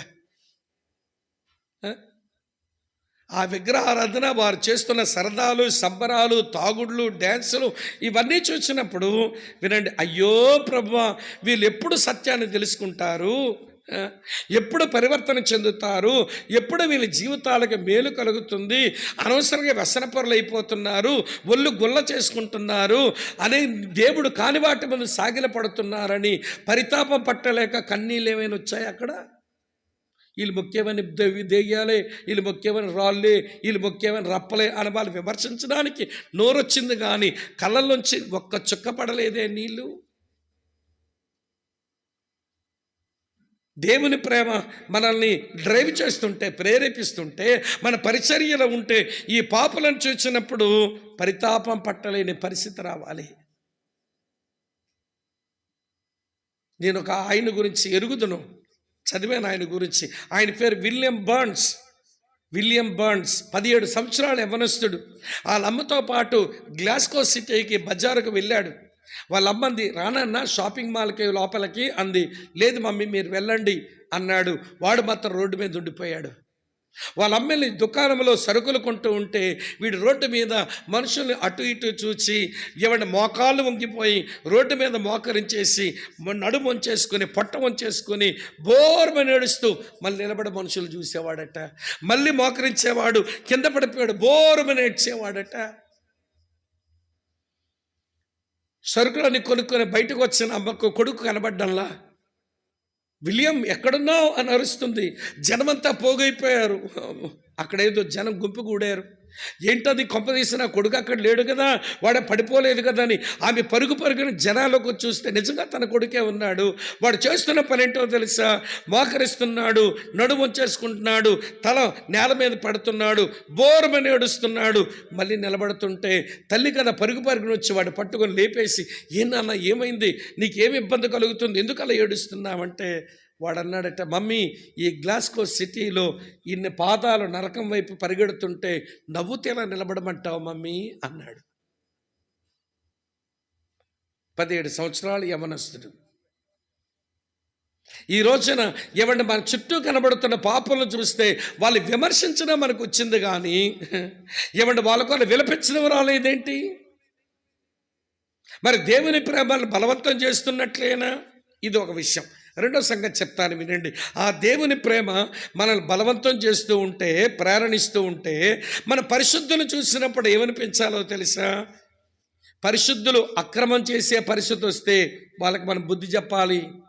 వారు ధైర్యం చెడిపోతే వారిని ధైర్యపరచాలి. వాళ్ళు కృంగిపోతే వాళ్ళని లేవనెత్తాలి. అదే కదా మొదటి తెస్సలోనిక పత్రిక 5:14. మొదటి తెస్సలోనిక 5:14 అదే ఉంది. ఎవరైనా అక్రమంగా ఉంటే బుద్ధి చెప్పండి, కృంగిపోయి ఉంటే లేవనెత్తండి, వాళ్ళు ఇవ్వండి, వాళ్ళు ధైర్యం చెడిపోతే ధైర్యపరచండి. ఇప్పుడు సంఘంలో చాలామంది పరిశుద్ధులను చూస్తున్నాం, నిజంగానే ఈ పరిస్థితుల్లో ఉన్నారు, కృంగిపోయారు, ధైర్యం చెడిపోయారు. ఇవ్వండి, వాళ్ళను ధైర్యపరిచేందుకు, ఆదరించడానికి ఆ ప్రేమ మనల్ని బలవంతం చేస్తుందా? నేను ఒక మాట మిమ్మల్ని అడగనివ్వండి. కష్టములో, కన్నీరులో, కలవరములో ఉన్నటువంటి ఒక వ్యక్తి దుఃఖపడుతున్నాడు, వాడి సమస్యల పరిష్కారం దొరకడం లేదు, తట్టుకోలేకపోతున్నాడు, వాడికి ఏడవాలనుంది. అది కూడా పాస్టర్ గారైనా మీ దగ్గరకు వచ్చి, దైవ సేవకుడమైన నీ దగ్గరకు వచ్చి ఏడవాలనుంది.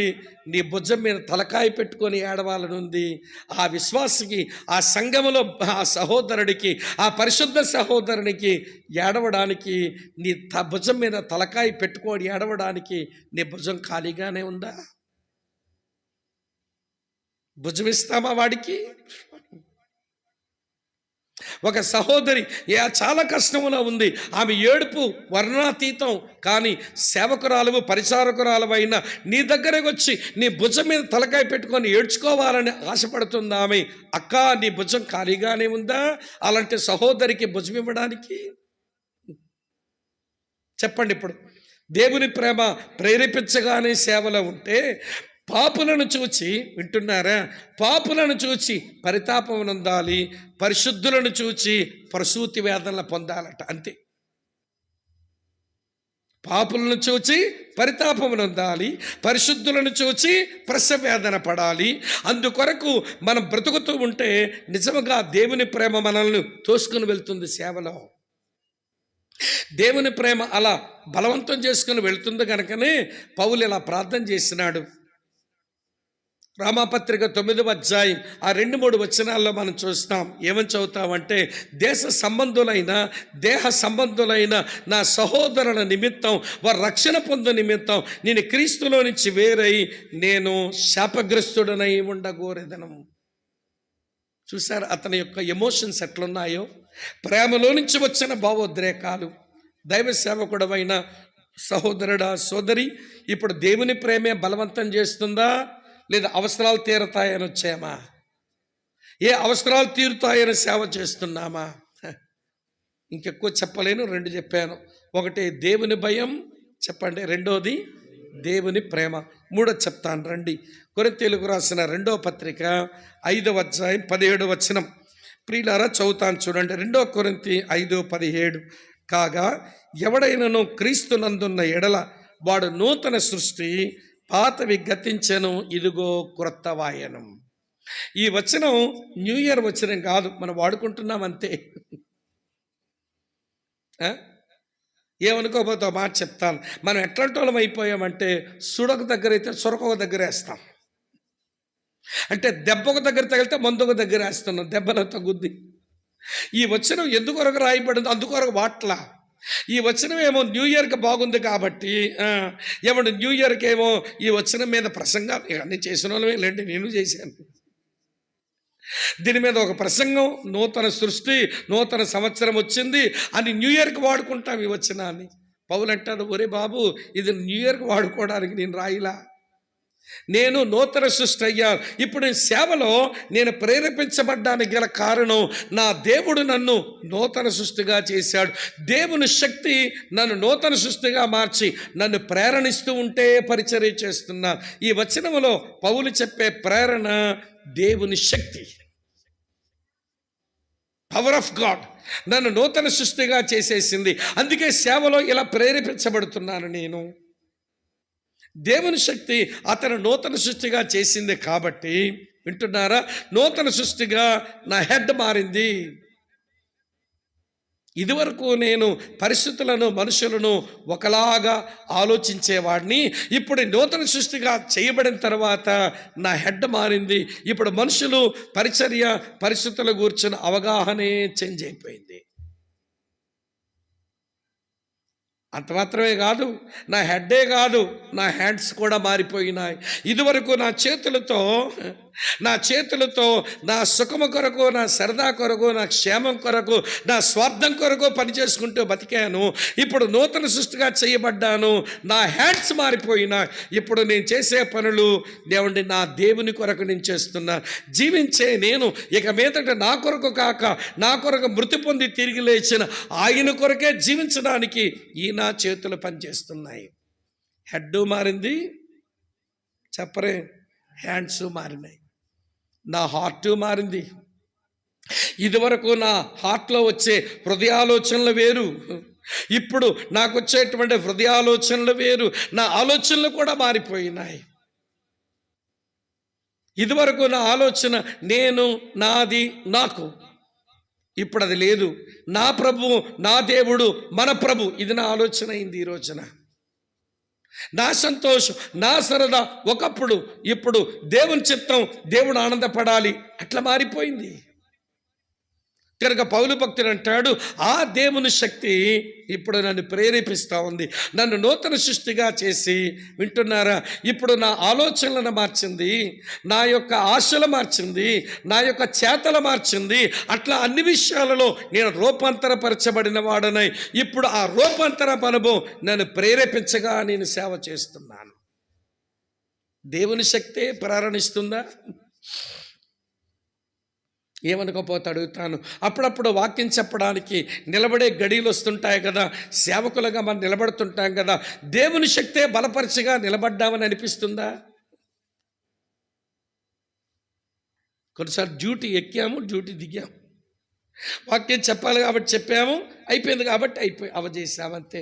కానీ దేవుని యొక్క శక్తి, దేవుని యొక్క ప్రభావం నన్ను బలవంతం చేస్తున్నట్టు అనిపించడం లేదు. నేను ఈరోజు ప్రసంగం చెయ్యను అని కూర్చున్న రోజులు ఎప్పుడైనా వచ్చాయా మనకి? అలా చెప్పామంటే మనం మీ గురించి ఎవరు కొట్టరు, చిన్నబుచ్చుకో మన చిన్నచూపు చూడరు. నేను హైదరాబాద్ నుంచి ఒక స్పీకర్ని పిలిచాను. ఆయన అంబాసిడర్ ఫర్ క్రైస్ట్లో ఒక పెద్ద రిసోర్స్ పర్సన్గా పనిచేసినారు అన్నగారు. ఆయన herald of his coming RZDM Ravi Zacharias international మినిస్ట్రీస్లో ఒక యోగ్యమైన సేవకుడిగా పనిచేశాడు. నేను ఎరుగుతున్న అతను ఎలా సేవ చేస్తాడు.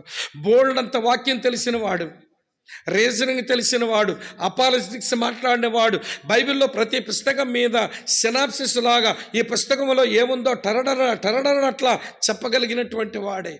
స్పీకర్గా పిలిచాను. ఆయన వాక్యం చెబుతూనే ఉన్నాడు. సడన్గా, బ్రదర్ స్వామి, ఐఎమ్ సారీ, నేను వాక్యం చెప్పలేను. నేను దగ్గరకు వచ్చాను. ఏమన్నా అన్నాను, దేవుని శక్తి నన్ను తొందర చేస్తున్నట్లు అనిపించడం లేదు. ఈరోజు ప్రసంగం ఆపేసి అందరం ప్రార్థన చేసుకుందామా, లేకపోతే మీరన్నా ప్రసంగం చేస్తారా అని పోడియం ముందు చిన్న మెట్లుంటే మెట్లు దగ్గర వచ్చి కూర్చున్నాడు. కాంగ్రిగేషన్ అంతా ఎదురు చూస్తున్నాం ప్రసంగం ఏదో విందామని. ఆయన అంటాడు, దేవుని శక్తి నాతో ఉండి నాతో బలవంతం చేస్తున్నట్టు అనిపించడం లేదు. నేను చెప్పాలనుకున్న వచనాలు నా మీద దాడి చేస్తున్నాయి. ఇది నా జీవితంలో లేదని అనిపిస్తుంది. నేను ఎలా చెప్పను అని అక్కడ కూర్చున్నాడు అన్న. ఆ రోజు అందరం ప్రార్థన చేసుకున్నాము. మీకు విడ్డూరం చెప్పనా, ఆయన వాక్యం చెబితే జరిగే పని కంటే ఆ రోజు మేమంతా ప్రార్థనలో ఉంటే జరిగిన పని ఎక్కువైంది. సేవకులంగా వినండి, దేవుని శక్తి ప్రేరేపించగా ప్రసంగించడం, దేవుని శక్తి ప్రేరేపించగా దేవుని సేవ చేయటం, దేవుని శక్తి ప్రేరేపించడం లేదనిపిస్తే ఆగితే తప్పేంటుందండి? కానీ మన వాళ్ళు ఆగరండి, మన వాళ్ళు ఆగడం లేదు. నేను ఒక ఆయన నిడదవోలులో మేము ఒక సేవకుల కాన్ఫరెన్స్ చేస్తున్నాం. సుమారు ఒక 280-300 వరకు ఉంటారేమో దైవ సేవకులు. చాలా అర్థవంతమైన కాన్ఫరెన్స్ నడుస్తూ ఉంది. నేను బాగా ఎరిగిన దేవుని సేవకుడు వాళ్ళ అబ్బాయిని కూడా పిలిచాను. వాళ్ళ అబ్బాయి చిన్నోడే, అక్కడ వాక్య సేవకులకు వచ్చిన అందరికంటే చాలా చిన్నోడు. ఆయన డివోషన్ చెప్పిన తర్వాత లంచ్కి ముందు చివరి మెసేజ్ వాళ్ళ డాడీ చెప్పాలి, ఆ అన్నగారు చెప్పాలి వాక్యం. వాళ్ళ అబ్బాయి డివోషన్ చెప్పాడు. ఆ డివోషన్తోనే సేవకుల హృదయాలన్నీ మైనంలా కరిగిపోతూ ఉన్నాయి. దేవుడు ఎవడు మా మధ్య సంచరిస్తున్నాడని అనిపించింది. ఆ అబ్బాయి ప్రసంగం అయ్యాక నేను పెద్ద ఆయన దగ్గరకు వచ్చి అన్నాను, అన్న ఐఎమ్ సారీ, దేవుని శక్తి దేవుని ప్రభావం తమ్ముడితో ఉండి మాట్లాడినట్లుగా అర్థమైంది. ఐఎమ్ సారీ, మీకు ప్రసంగమే ఇవ్వలేను, మీకు ప్రసంగం లేదు, మీరేమనుకోకండి, దీంతోనే మనం ఈవెన్ మీటింగ్ ముగిస్తాం.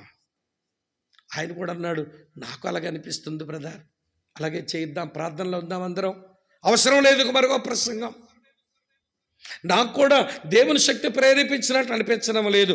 వాడిని దేవుని శక్తి ప్రేరేపించగా మోమాటం లేకుండా దేవుని వాక్యం చెప్పాడు గనక దేవుని శక్తి ప్రేరేపించగా వాడు మాట్లాడిన మాటలకు దేవుని శక్తి ప్రేరేపించకుండా నేను మళ్ళీ మాట్లాడి దేవుని పని పాడు చేయాలనుకోవడం లేదు బ్రదర్, సారీ, నేను ఇలాగే కూర్చుంటానంటే ఆయన ప్రసంగం ఆపేసి పూట కూర్చున్నాడు. అట్లనే మాతో కలిసి మిగిలిన సేవలతో కలిసి ప్రార్థన చేసుకున్నాడు. అన్నలారా, మిత్రులారా, నేను ఎవరిని క్రిటిక్ చేయడం లేదు, కానీ మనం నిలబడిన ప్రతిసారి దేవుని శక్తి దేవుని ప్రభావం మనతో ఉంది. ఆ ప్రేరణతోనే మనం పనిచేస్తున్నాము అన్న అనుభూతులు లేకపోతే మొర్రోమని అక్కడ కూర్చొని ఏడవాలి, అవతల ఇక్కడ కాదు. బిహైండ్ ద స్క్రీన్, పులిపీటకి రాకమునిపే, వేదిక రాకమునిపే ఆ తెర వెనకాల ఏడవలసిన మనం ఇక్కడికి వచ్చి తొంతు నడిపించుకుంటే ఎలాగా? ఇది కొంచెం ఆలోచించాలి. ఎవరి ప్రాణంతో నేను సేవ చేస్తున్నాను, ఏమి జరగాలని నేను పరిచర్యలో ఉన్నా, ఇది కొంచెం మనకు బాగా అర్థం కావలసిన కీలకమైన విషయాలు. టైం అయిపోయింది కనుక వివరించలేకపోతున్నాను. 3 చెప్పాను. మొదటిదేమో దేవుని భయం, రెండవదేమో దేవుని ప్రేమ, మూడవదేమో దేవుని శక్తి. 4వది చెప్తాను రండి. 4వది 5వ అధ్యాయం 18-19 వచనాలు 2 కలిసి ఉన్నాయి. 18-19 వచనాలు చూడండి, చదువుతాను. సమస్తమును దేవుని వలనైనవి, ఆయన మనలను క్రీస్తు ద్వారా తనతో సమాధానపరుచుకొని ఆ సమాధానపరచు పరిచర్యను మాకు అనుగ్రహించాను. అదేమనగా దేవుడు వారి అపరాధములను వారి మీద మోపక క్రీస్తునందు లోకమును తనతో సమాధానపరుచుకునవలనని ఆ సమాధాన వాక్యమును మాకు అప్పగించెను. 18వ వచనం చివరి మాట మాకు అనుగ్రహించెను అండర్లైన్ చేయండి. మళ్ళీ 19వ వచనం చివరి మాట మాకు అప్పగించెను అనే మాట కూడా అండర్లైన్ చేయండి. మాకు అనుగ్రహించెను, మాకు అప్పగించెను. ఏమిటి? మాకు సువార్తను ఆయన అనుగ్రహించెను, ఆయన సంఘమును మాకు అప్పగించెను. సంఘము మాది కాదు, సువార్త మాది కాదు. ఇప్పుడు ఏది మమ్మల్ని ప్రేరేపిస్తుందనంటే వినండి ప్రియులారా, దేవుని యొక్క పని మమ్మల్ని ప్రేరేపిస్తుంది. ఈ పని మాకు ఆయన అనుగ్రహించాడు, ఈ పని మాకు అప్పగించాడు. ఈ పనికి మేము గృహ నిర్వాహకులం అంతే. సువార్త మాది కాదు, సంఘం మాది కాదు. సువార్తను మాకు అనుగ్రహించినాడు, తన సంఘమును మాకు అప్పగించినాడు. ఈ 2 దేవునివే, దానికి మేము గృహ నిర్వాహకులం అంతే.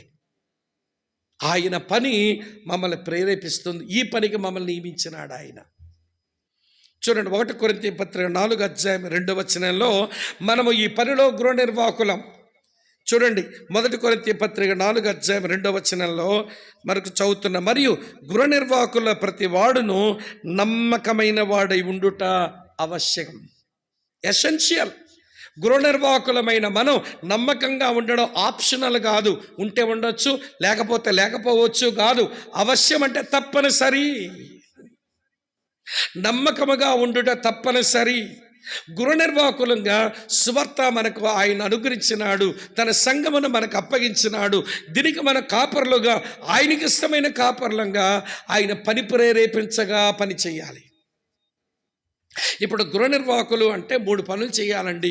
ఈ 3 పనుల్లో కాపర్లమైన మనమంతా ఉండాలి. నెంబర్ 1, గృహ నిర్వాహకులుగా మన మొదటి పని ఏమండి, managing the gospel and the church.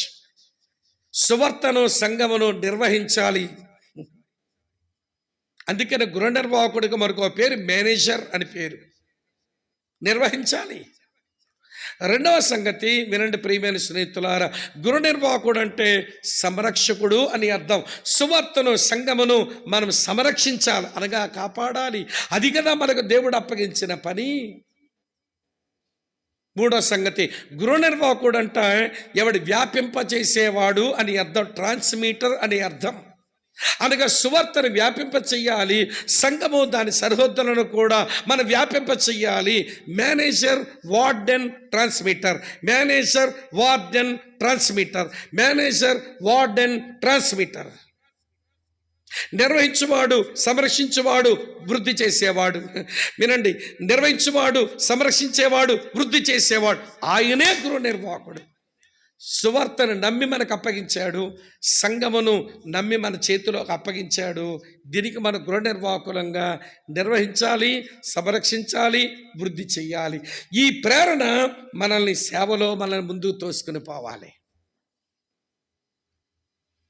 తినడానికి తిండి, కట్టుకోవడానికి బట్ట, ఉండడానికి ఇల్లు వస్తుందని సేవ చేయటంలా, నన్ను గౌరవించిన వాళ్ళు దొరుకుతారు, ప్రేమించిన వాళ్ళు దొరుకుతారని సేవ చేయటంలా, నేను ఏడిస్తే నాతో ఏడ్చేవాడు ఉంటాడు, నేను నవ్వితే నాతో నవ్వేవాడు ఉంటాడని నేను సేవ చేయటంలా, ఈ అవసరాల కొరకు నీ సేవకు రాలేదండి. నన్ను సేవలో తొందర చేసి నడిపిస్తున్నవి ఇవి: దేవుని భయము, దేవుని ప్రేమ, దేవుని శక్తి, దేవుని యొక్క పని. ఇవి నన్ను ప్రేరేపించగా సేవలో ఉన్నాను. దేవునికి ఇష్టమైన కాపరుల ప్రేరణలు ఇవి. దేవునికి ఇష్టమైన కాపరుల యొక్క ప్రేరణలు ఇవి, వారి సేవలో ఉండడానికి.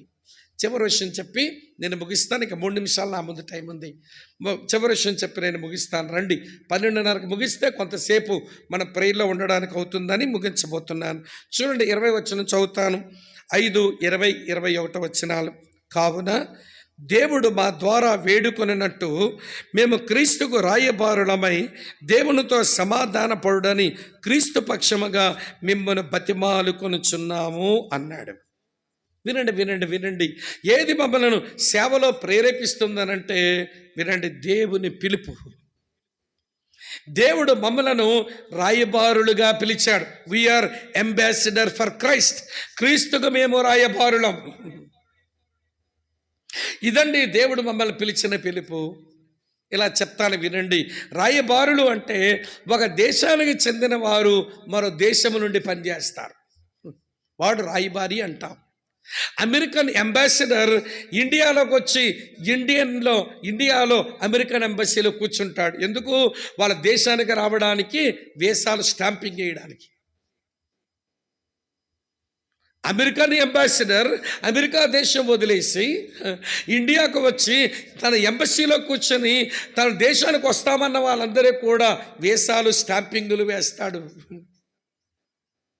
మన క్రీస్తుకు రాయబారులం అంటే మన పరలోకపు పౌరులం, కానీ భూలోకంలో బతుకుతున్నాము. ఈ భూలోకంలో ఉన్న మనుషులు పరలోకానికి రావడానికి వీసా స్టాంపింగ్లు ఇవ్వాలి,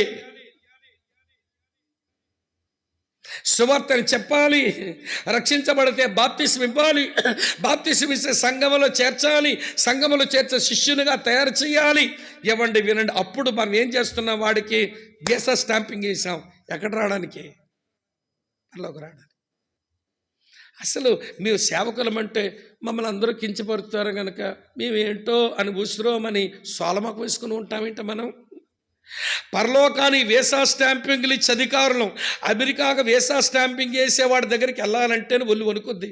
ఎప్పుడైనా ఎంబసీకి వెళ్ళి చూడండి.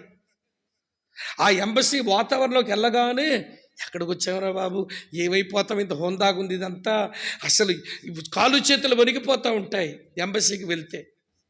ఆ అంబాసిడర్ అక్కడ కూర్చుంటాడు. మనం ఇంటర్వ్యూకి వెళ్ళి నిలబడితే వాడు అడిగే ప్రశ్నలకు జవాబు చెప్పడానికి నోరు ఎండిపోతూ ఉంటుంది. ఏమి చెబితే ఏమైపోతామో ఇక్కడ అన్నట్టుగా. అతను నచ్చే జవాబు చెప్పకపోతే సర్టిఫికెట్లన్నీ, డాక్యుమెంట్స్ అని ఇలా తోసేస్తాడు. చిన్న సందులాగా ఉంటుంది, పో ఇక్కడి నుంచి అంటే.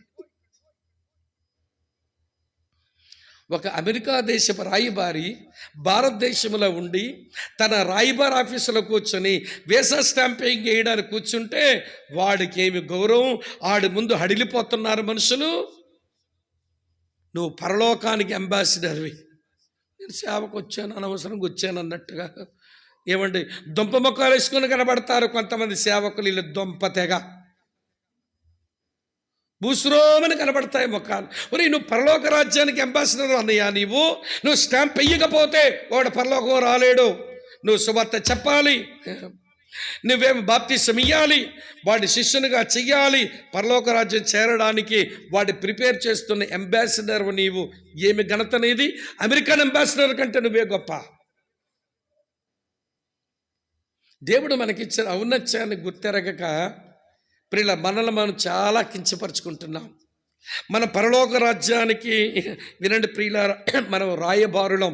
ఇది మొదటి మాట. అయితే రాయబారి ఒక దేశ పౌరుడు మరో దేశంలో ఉండి ఈ దేశస్తులకు ఆ దేశం పోయేదానికి అవకాశాలు కల్పిస్తాడు, అదొక మాట. అయితే రాయబారి నిస్వార్థంగా ఉండాలి.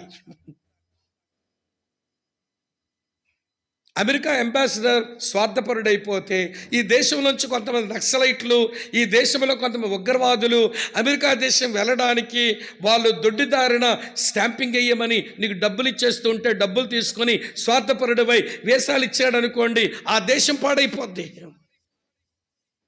అందుకని నిస్వార్థపరుడినే రాయబారిగా ఉంచుతారు. డబ్బులు కక్కుర్తపడేవాడు, గౌరవాలు కక్కుర్తపడేవాడు అంబాసిడర్గా పనికిరాడు. మన పరలోకపు రాయబారులం. మనము సెల్ఫ్లెస్ పీపుల్, నిస్వార్థంగా పనిచేస్తాం భూమి మీద. ఆడిచ్చే డబ్బెంత, ఆడు మనకిచ్చే గౌరవం ఎంత అన్నట్టుగా పౌరుషంగా ఉండాలి. అంతేగాని ఏమండి దేహి అన్నట్టుగా ఈ మనుషులు ఉండడానికి కాదు. మనం పరలోకపు రాయబారులం దేహి అన్నట్టుగా బతకడానికి కాదు. వాడిచ్చే డబ్బెంత, వాడిచ్చే గౌరవం ఎంత, మన గౌరవం మన డబ్బు అక్కడ ఉంది అన్నట్టుగా ప్రియుల నిస్వార్థంగా ఉండాలి. కానీ ఈ రోజున చాలామంది సేవకులు అంబాసిడర్స్గా ఆ విలువ లేకుండానే బ్రతికేస్తున్నామేమో అనిపిస్తుంది. ఇంకో విషయం చెప్తాను. ఇక్కడున్న అంబాసిడర్ ఎవడు ఏ దేశం నుంచి వచ్చాడో ఆ దేశంతో తరచూ టచ్లో ఉంటాడో. ఇక్కడున్న అమెరికన్ అంబాసిడర్ అమెరికా దేశంతో ప్రతిరోజు టచ్లో ఉంటాడు. వాళ్ళు చెప్తుంటారు, వీసాలు ఇష్యూ చేస్తున్నావు, పలానా వాళ్ళు అప్లై చేస్తున్నారు, పలానా ఇన్విటేషన్స్ ఉన్నాయి వాళ్ళకి, వాళ్ళు ఉగ్రవాదులు నక్సలైట్లు, జాగ్రత్తగా చూసుకో అని చెప్పి అక్కడ నుంచి ఈయన దగ్గర నుంచి వాళ్లకు ఎవరి కనెక్షన్స్ ఎప్పుడు ఉంటాయి. పరలోకపు అంబాసిడర్లు ఆ పరలోకంతో కనెక్షన్ లేకుండా ఉంటే ఎట్లా? పరలోకానికి మనం రాయబారులం, దాంతో కనెక్షన్ లేకపోతే ఎట్లా? దాంతో కనెక్షన్ ఉండాలి. పౌలు అంటాడు, ఈ పిలుపు నన్ను బలవంతం చేస్తుంది. నేను పరలోక రాజ్యమునకు నేను రాయబారిని. ఈ రాయబారిగా అనేకులు ఆ రాజ్యములోకి రావాలని సమాధాన సువార్త వాక్యాన్ని ప్రకటించి మేము దేవుని పక్షంగా బతిమలాడుతున్నాం. రండి ఆ దేశానికి బతిమలాడుతున్నాం. ఈ బతిమలాడడానికి గురించి ఒక మాట చెప్పి నేను ముగించేస్తాను. ప్రియులారా, ఒక పాశ్చాత్య దేశంలో ఒక పర్యాటక కేంద్రం ఉంది, టూరిజం ప్లేస్. ఆ టూరిజం ప్లేస్కి అంత వైభవం రావడానికి గల కారణం ఏంటంటే అక్కడ ఉన్న పెద్ద స్తూపం, అది కూడా యేసు ప్రభువు వారి యొక్క స్తూపం, విగ్రహం. అది చాలా బ్యూటిఫుల్గా ఉంటుంది. దాని చుట్టూ ఉన్న వాతావరణం చాలా అందంగా ఉంటుంది కనుక అనేక దేశాల నుంచి వస్తారు. అది టూరిజం ప్లేస్ అది. అయితే ఒకసారి ప్రకృతి వైపరీత్యం వచ్చి ఆ పెద్ద స్తూపం మీద ఏమంటే ఆ పక్కన ఉన్న ఎలక్ట్రికల్ పోల్ వచ్చి పడిపోయింది. యేసు ప్రభువు వారి యొక్క విగ్రహం అది, స్తూపం అది. ఆయన చేతులు ఇలా ఉంటాయి, మనుషులు బ్రతిమాలినట్లుగా. ఆ ఎలక్ట్రికల్ పోల్ ఇంత పెద్దది వచ్చి ఆ చేతుల మీద పడగానే 2 చేతులు విరిగిపోయిన విగ్రహం అయితే ఉంది. 2 చేతులు విరిగిపోయినాయి. ఆ దేశం సెనెట్ మెంబర్స్ అంతా, గవర్నర్లు అంతా కూర్చొని మరి ఏం చేద్దాం, ఇలాంటి నేచురల్ కెలామిటీ వచ్చింది, ఆ విగ్రహం ఇట్లా అయిపోయింది, ఏం చేద్దామనంటే కొంతమంది విగ్రహమే పూర్తిగా తీసేద్దాం అంటున్నారు. నో, అది ఒక హిస్టారికల్ ఐడియల్, అది ప్రపంచమంతటికి చాలా ఇష్టమైనటువంటి స్తూపం. అది దానివల్ల బోళ్ళంత డబ్బులు వస్తున్నాయి మన దేశానికి, దాన్ని తీసేస్తే ఎలాగా? మరి అలాగే ఉంటే అందవికారంగా ఉంది కదా అన్నారు కొంతమంది. ఎందుకు 2 చేతులు విరిగిపోయినాయి, అందవికారంగా ఉంది కదా అంటే, ఆ గవర్నర్లో ఒక గవర్నర్ అన్నాడు, నేను చిన్న పని చేస్తాను, విగ్రహం తీయనక్కర్లేదు, దాన్ని అలాగే ఉంచుదాం, కానీ ఒక చిన్న పని చేస్తాను, దీనికి శోభ వస్తుంది అన్నాడట. ఏమిటా పని అంటే, నేను చెప్పను, చేసి చూపిస్తాను, మీకు నచ్చితే ఉంచుదురు కానీ లేకపోతే అప్పుడు తీసేద్దురు కానీ అన్నాడు. సరే, విగ్రహం ఎక్కడైతే చేతులు విరిగిపోయినాయో ఐరన్ అంతా కొంచెం వచ్చేసి దానికి కొంచెం నీట్గా మొండి చేతుల్లా చేసేసినాడు. యేసు ప్రభు చేతులు అనే విగ్రహం చేతులు మొండి బారిపోయినాయి, కానీ ఇలాగే ఉన్నాయి, మొండి బారిపోయినాయి. ఆ కిందన ఒక పెద్ద స్లోగన్ రాయించాడు. ఏమిటా స్లోగన్ అంటే, ఈయన 2 చేతులు విరిగిపోయినాయి, ఆయన 2 చేతుల చోట్లో మీ చేతులు పెట్టి ఈ పాపులను మీరు ఆహ్వానిస్తారా అని పెట్టాడు. ఈయన 2 చేతులు విరిగిపోయినాయి, ఈయన చేతుల స్థానంలో మీ చేతులు పెట్టి పాపులను మీరు ఆహ్వానిస్తారా అని పెట్టాడు. ఈరోజుకి ఆ స్తూపం అలాగే ఉంది. అది చాలామందిని ఆలోచింపచేస్తుంది. అది మీకు ఎందుకు చివరగా చెప్పానంటే, యేసయ్య చేతులు విరిగిపోయినట్టే లేడిప్పుడు ఆయన లోకంలో ఉన్న పాపులు బతిమలాడడానికి నువ్వే ఆయన చెయ్యివి. ఆయన చెయ్యి స్థానంలో ఉండవలసిన వ్యక్తివి నువ్వే. ఆయన చెయ్యి స్థానం ఉండవలసిన వ్యక్తిని నేనే. ఈ పాపులను దేవుని దగ్గర రమ్మని పిలవడానికి మన బతిమలాడే ఇరిగిన యేసు ప్రభు చేతుల చోట్లో ఉండేటువంటి వ్యక్తులు లాంటి వాళ్ళ మనం రాయిబారులుగా అలా పనిచేయాలి, ఆ పిలుపుకు తగిన పనిచేయాలి అన్న ప్రేరణ లేకపోతే మనం రాంగ్ డ్రైవర్స్తో పరిచర్యలో పరిగెడుతున్నాం. ఏది డ్రైవ్ చేస్తుంది, ఏది సేవలో తోసుకెళ్తుంది? వ్యక్తిగత అవసరాలు తీరుతాయనా, భౌతిక అవసరాలు తీరుతాయనా, సామాజిక అవసరాలు తీరుతాయనా, పరువు ప్రతిష్ఠ అవసరాలు తీరుతాయనా, భావోద్రేక అవసరాలు తీరుతాయనా? పౌలు అంటాడు, హే వినండి, దేవునికి ఇష్టమైన కాపరిగా ఇలాంటి అవసరాలు తీరడానికి నేను సేవకురాలా. ఆయన భయము నన్ను ప్రేరేపించగా, ఆయన ప్రేమ నన్ను ప్రేరేపించగా, ఆయన శక్తి నన్ను ప్రేరేపించగా, ఆయన పని నన్ను ప్రేరేపించగా, ఆయన పిలుపు నన్ను ప్రేరేపించగా నేను ఈ సేవలో ముందుకు వెళ్ళిపోతున్నాను. శ్రమ పడుతున్నాను, ఆగలేదు. అపాయాలు పొందుతున్నాను, ఆగలేదు. తరమబడుతున్నాను, ఆగలేదు. పడద్రోయబడుతున్నాను, ఆగడం లేదు. ఎందుకు ఆగడం లేదంటే, నన్ను ప్రేరేపించే పవర్స్ వేరుగా వెనకాలన్నాయి. ఇప్పుడు ఇక్కడ కూర్చొని మనమంతా దేవునికి ఇష్టమైన కాపరులం అని శీర్షిక కింద ఈ కూడికల్లో వాక్యం వింటున్నాము. కాబట్టి దేవునికి ఇష్టమైన కాపరు ఎలా ఉన్నాడో తెలిసిపోయింది. దేవునికి ఇష్టమైన కాపరి హృదయమో ఆయన ఆశలు ఎలా ఉంటాయో తేలిపోయింది. దేవునికి ఇష్టమైన కాపరి ప్రేరకాలు ఎలాగుంటాయో ఈ ఉదయం అర్థమై, ఏది నిన్ను సేవలో ఉండేందుకు ప్రేరేపిస్తుంది, ఏది సేవ చేయడానికి నేను తొందర చేస్తుంది, ఈ 5 కాకుండా వేరొకటైతే ఆ వేరొక దాని సిలువే చంపాలి. ఇక్కడ నీవు ఈ 5ంటిని మనం కలిగి ఉండి మన దేవునికి ఇష్టమైన కాపరులుగా మన రూపాంతరం చెందాలి. అట్టి కృప దేవుడు మనందరికి ఇవ్వాలని ఆశిద్దాం. అర్థమైంది అనుకుంటాను. తల వంచండి, మోకరించండి. ప్రార్థనలో దైవజనులు నడిపిస్తుండగా సిన్సియర్గా మన ప్రార్థనలో ఉందాం. చైర్స్ దిగాలన్న వాళ్ళు దిగండి, కిందకు కాలు సహకరిస్తే దిగండి. ప్రార్థనలో ఉందాం, ప్రార్థన చేసుకుందాం.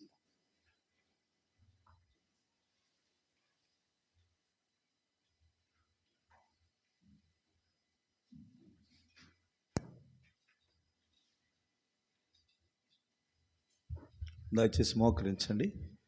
దేవుని వాక్య వెలుగులో మనల్ని పరీక్షించుకుంటూ మన స్థితిగతులను ప్రభు ఎదుట ఒప్పుకొని ఫోన్లు స్విచ్ ఆఫ్ చేయండి. ప్రార్థన అంటానే ఇంటర్వ్యూల్ లాగా వెళ్ళిపోతూ ఉంటారు. అత్యవసరమైన పరిస్థితి ఉంటే వెళ్ళి వెంటనే రండి. దయచేసి ఒకరి తర్వాత ఒకరము దైవ సేవకులంగా ప్రార్థన చేద్దాం. మనల్ని మనం ప్రభువుకు సమర్పించుకుందాం. ప్రారంభించాం.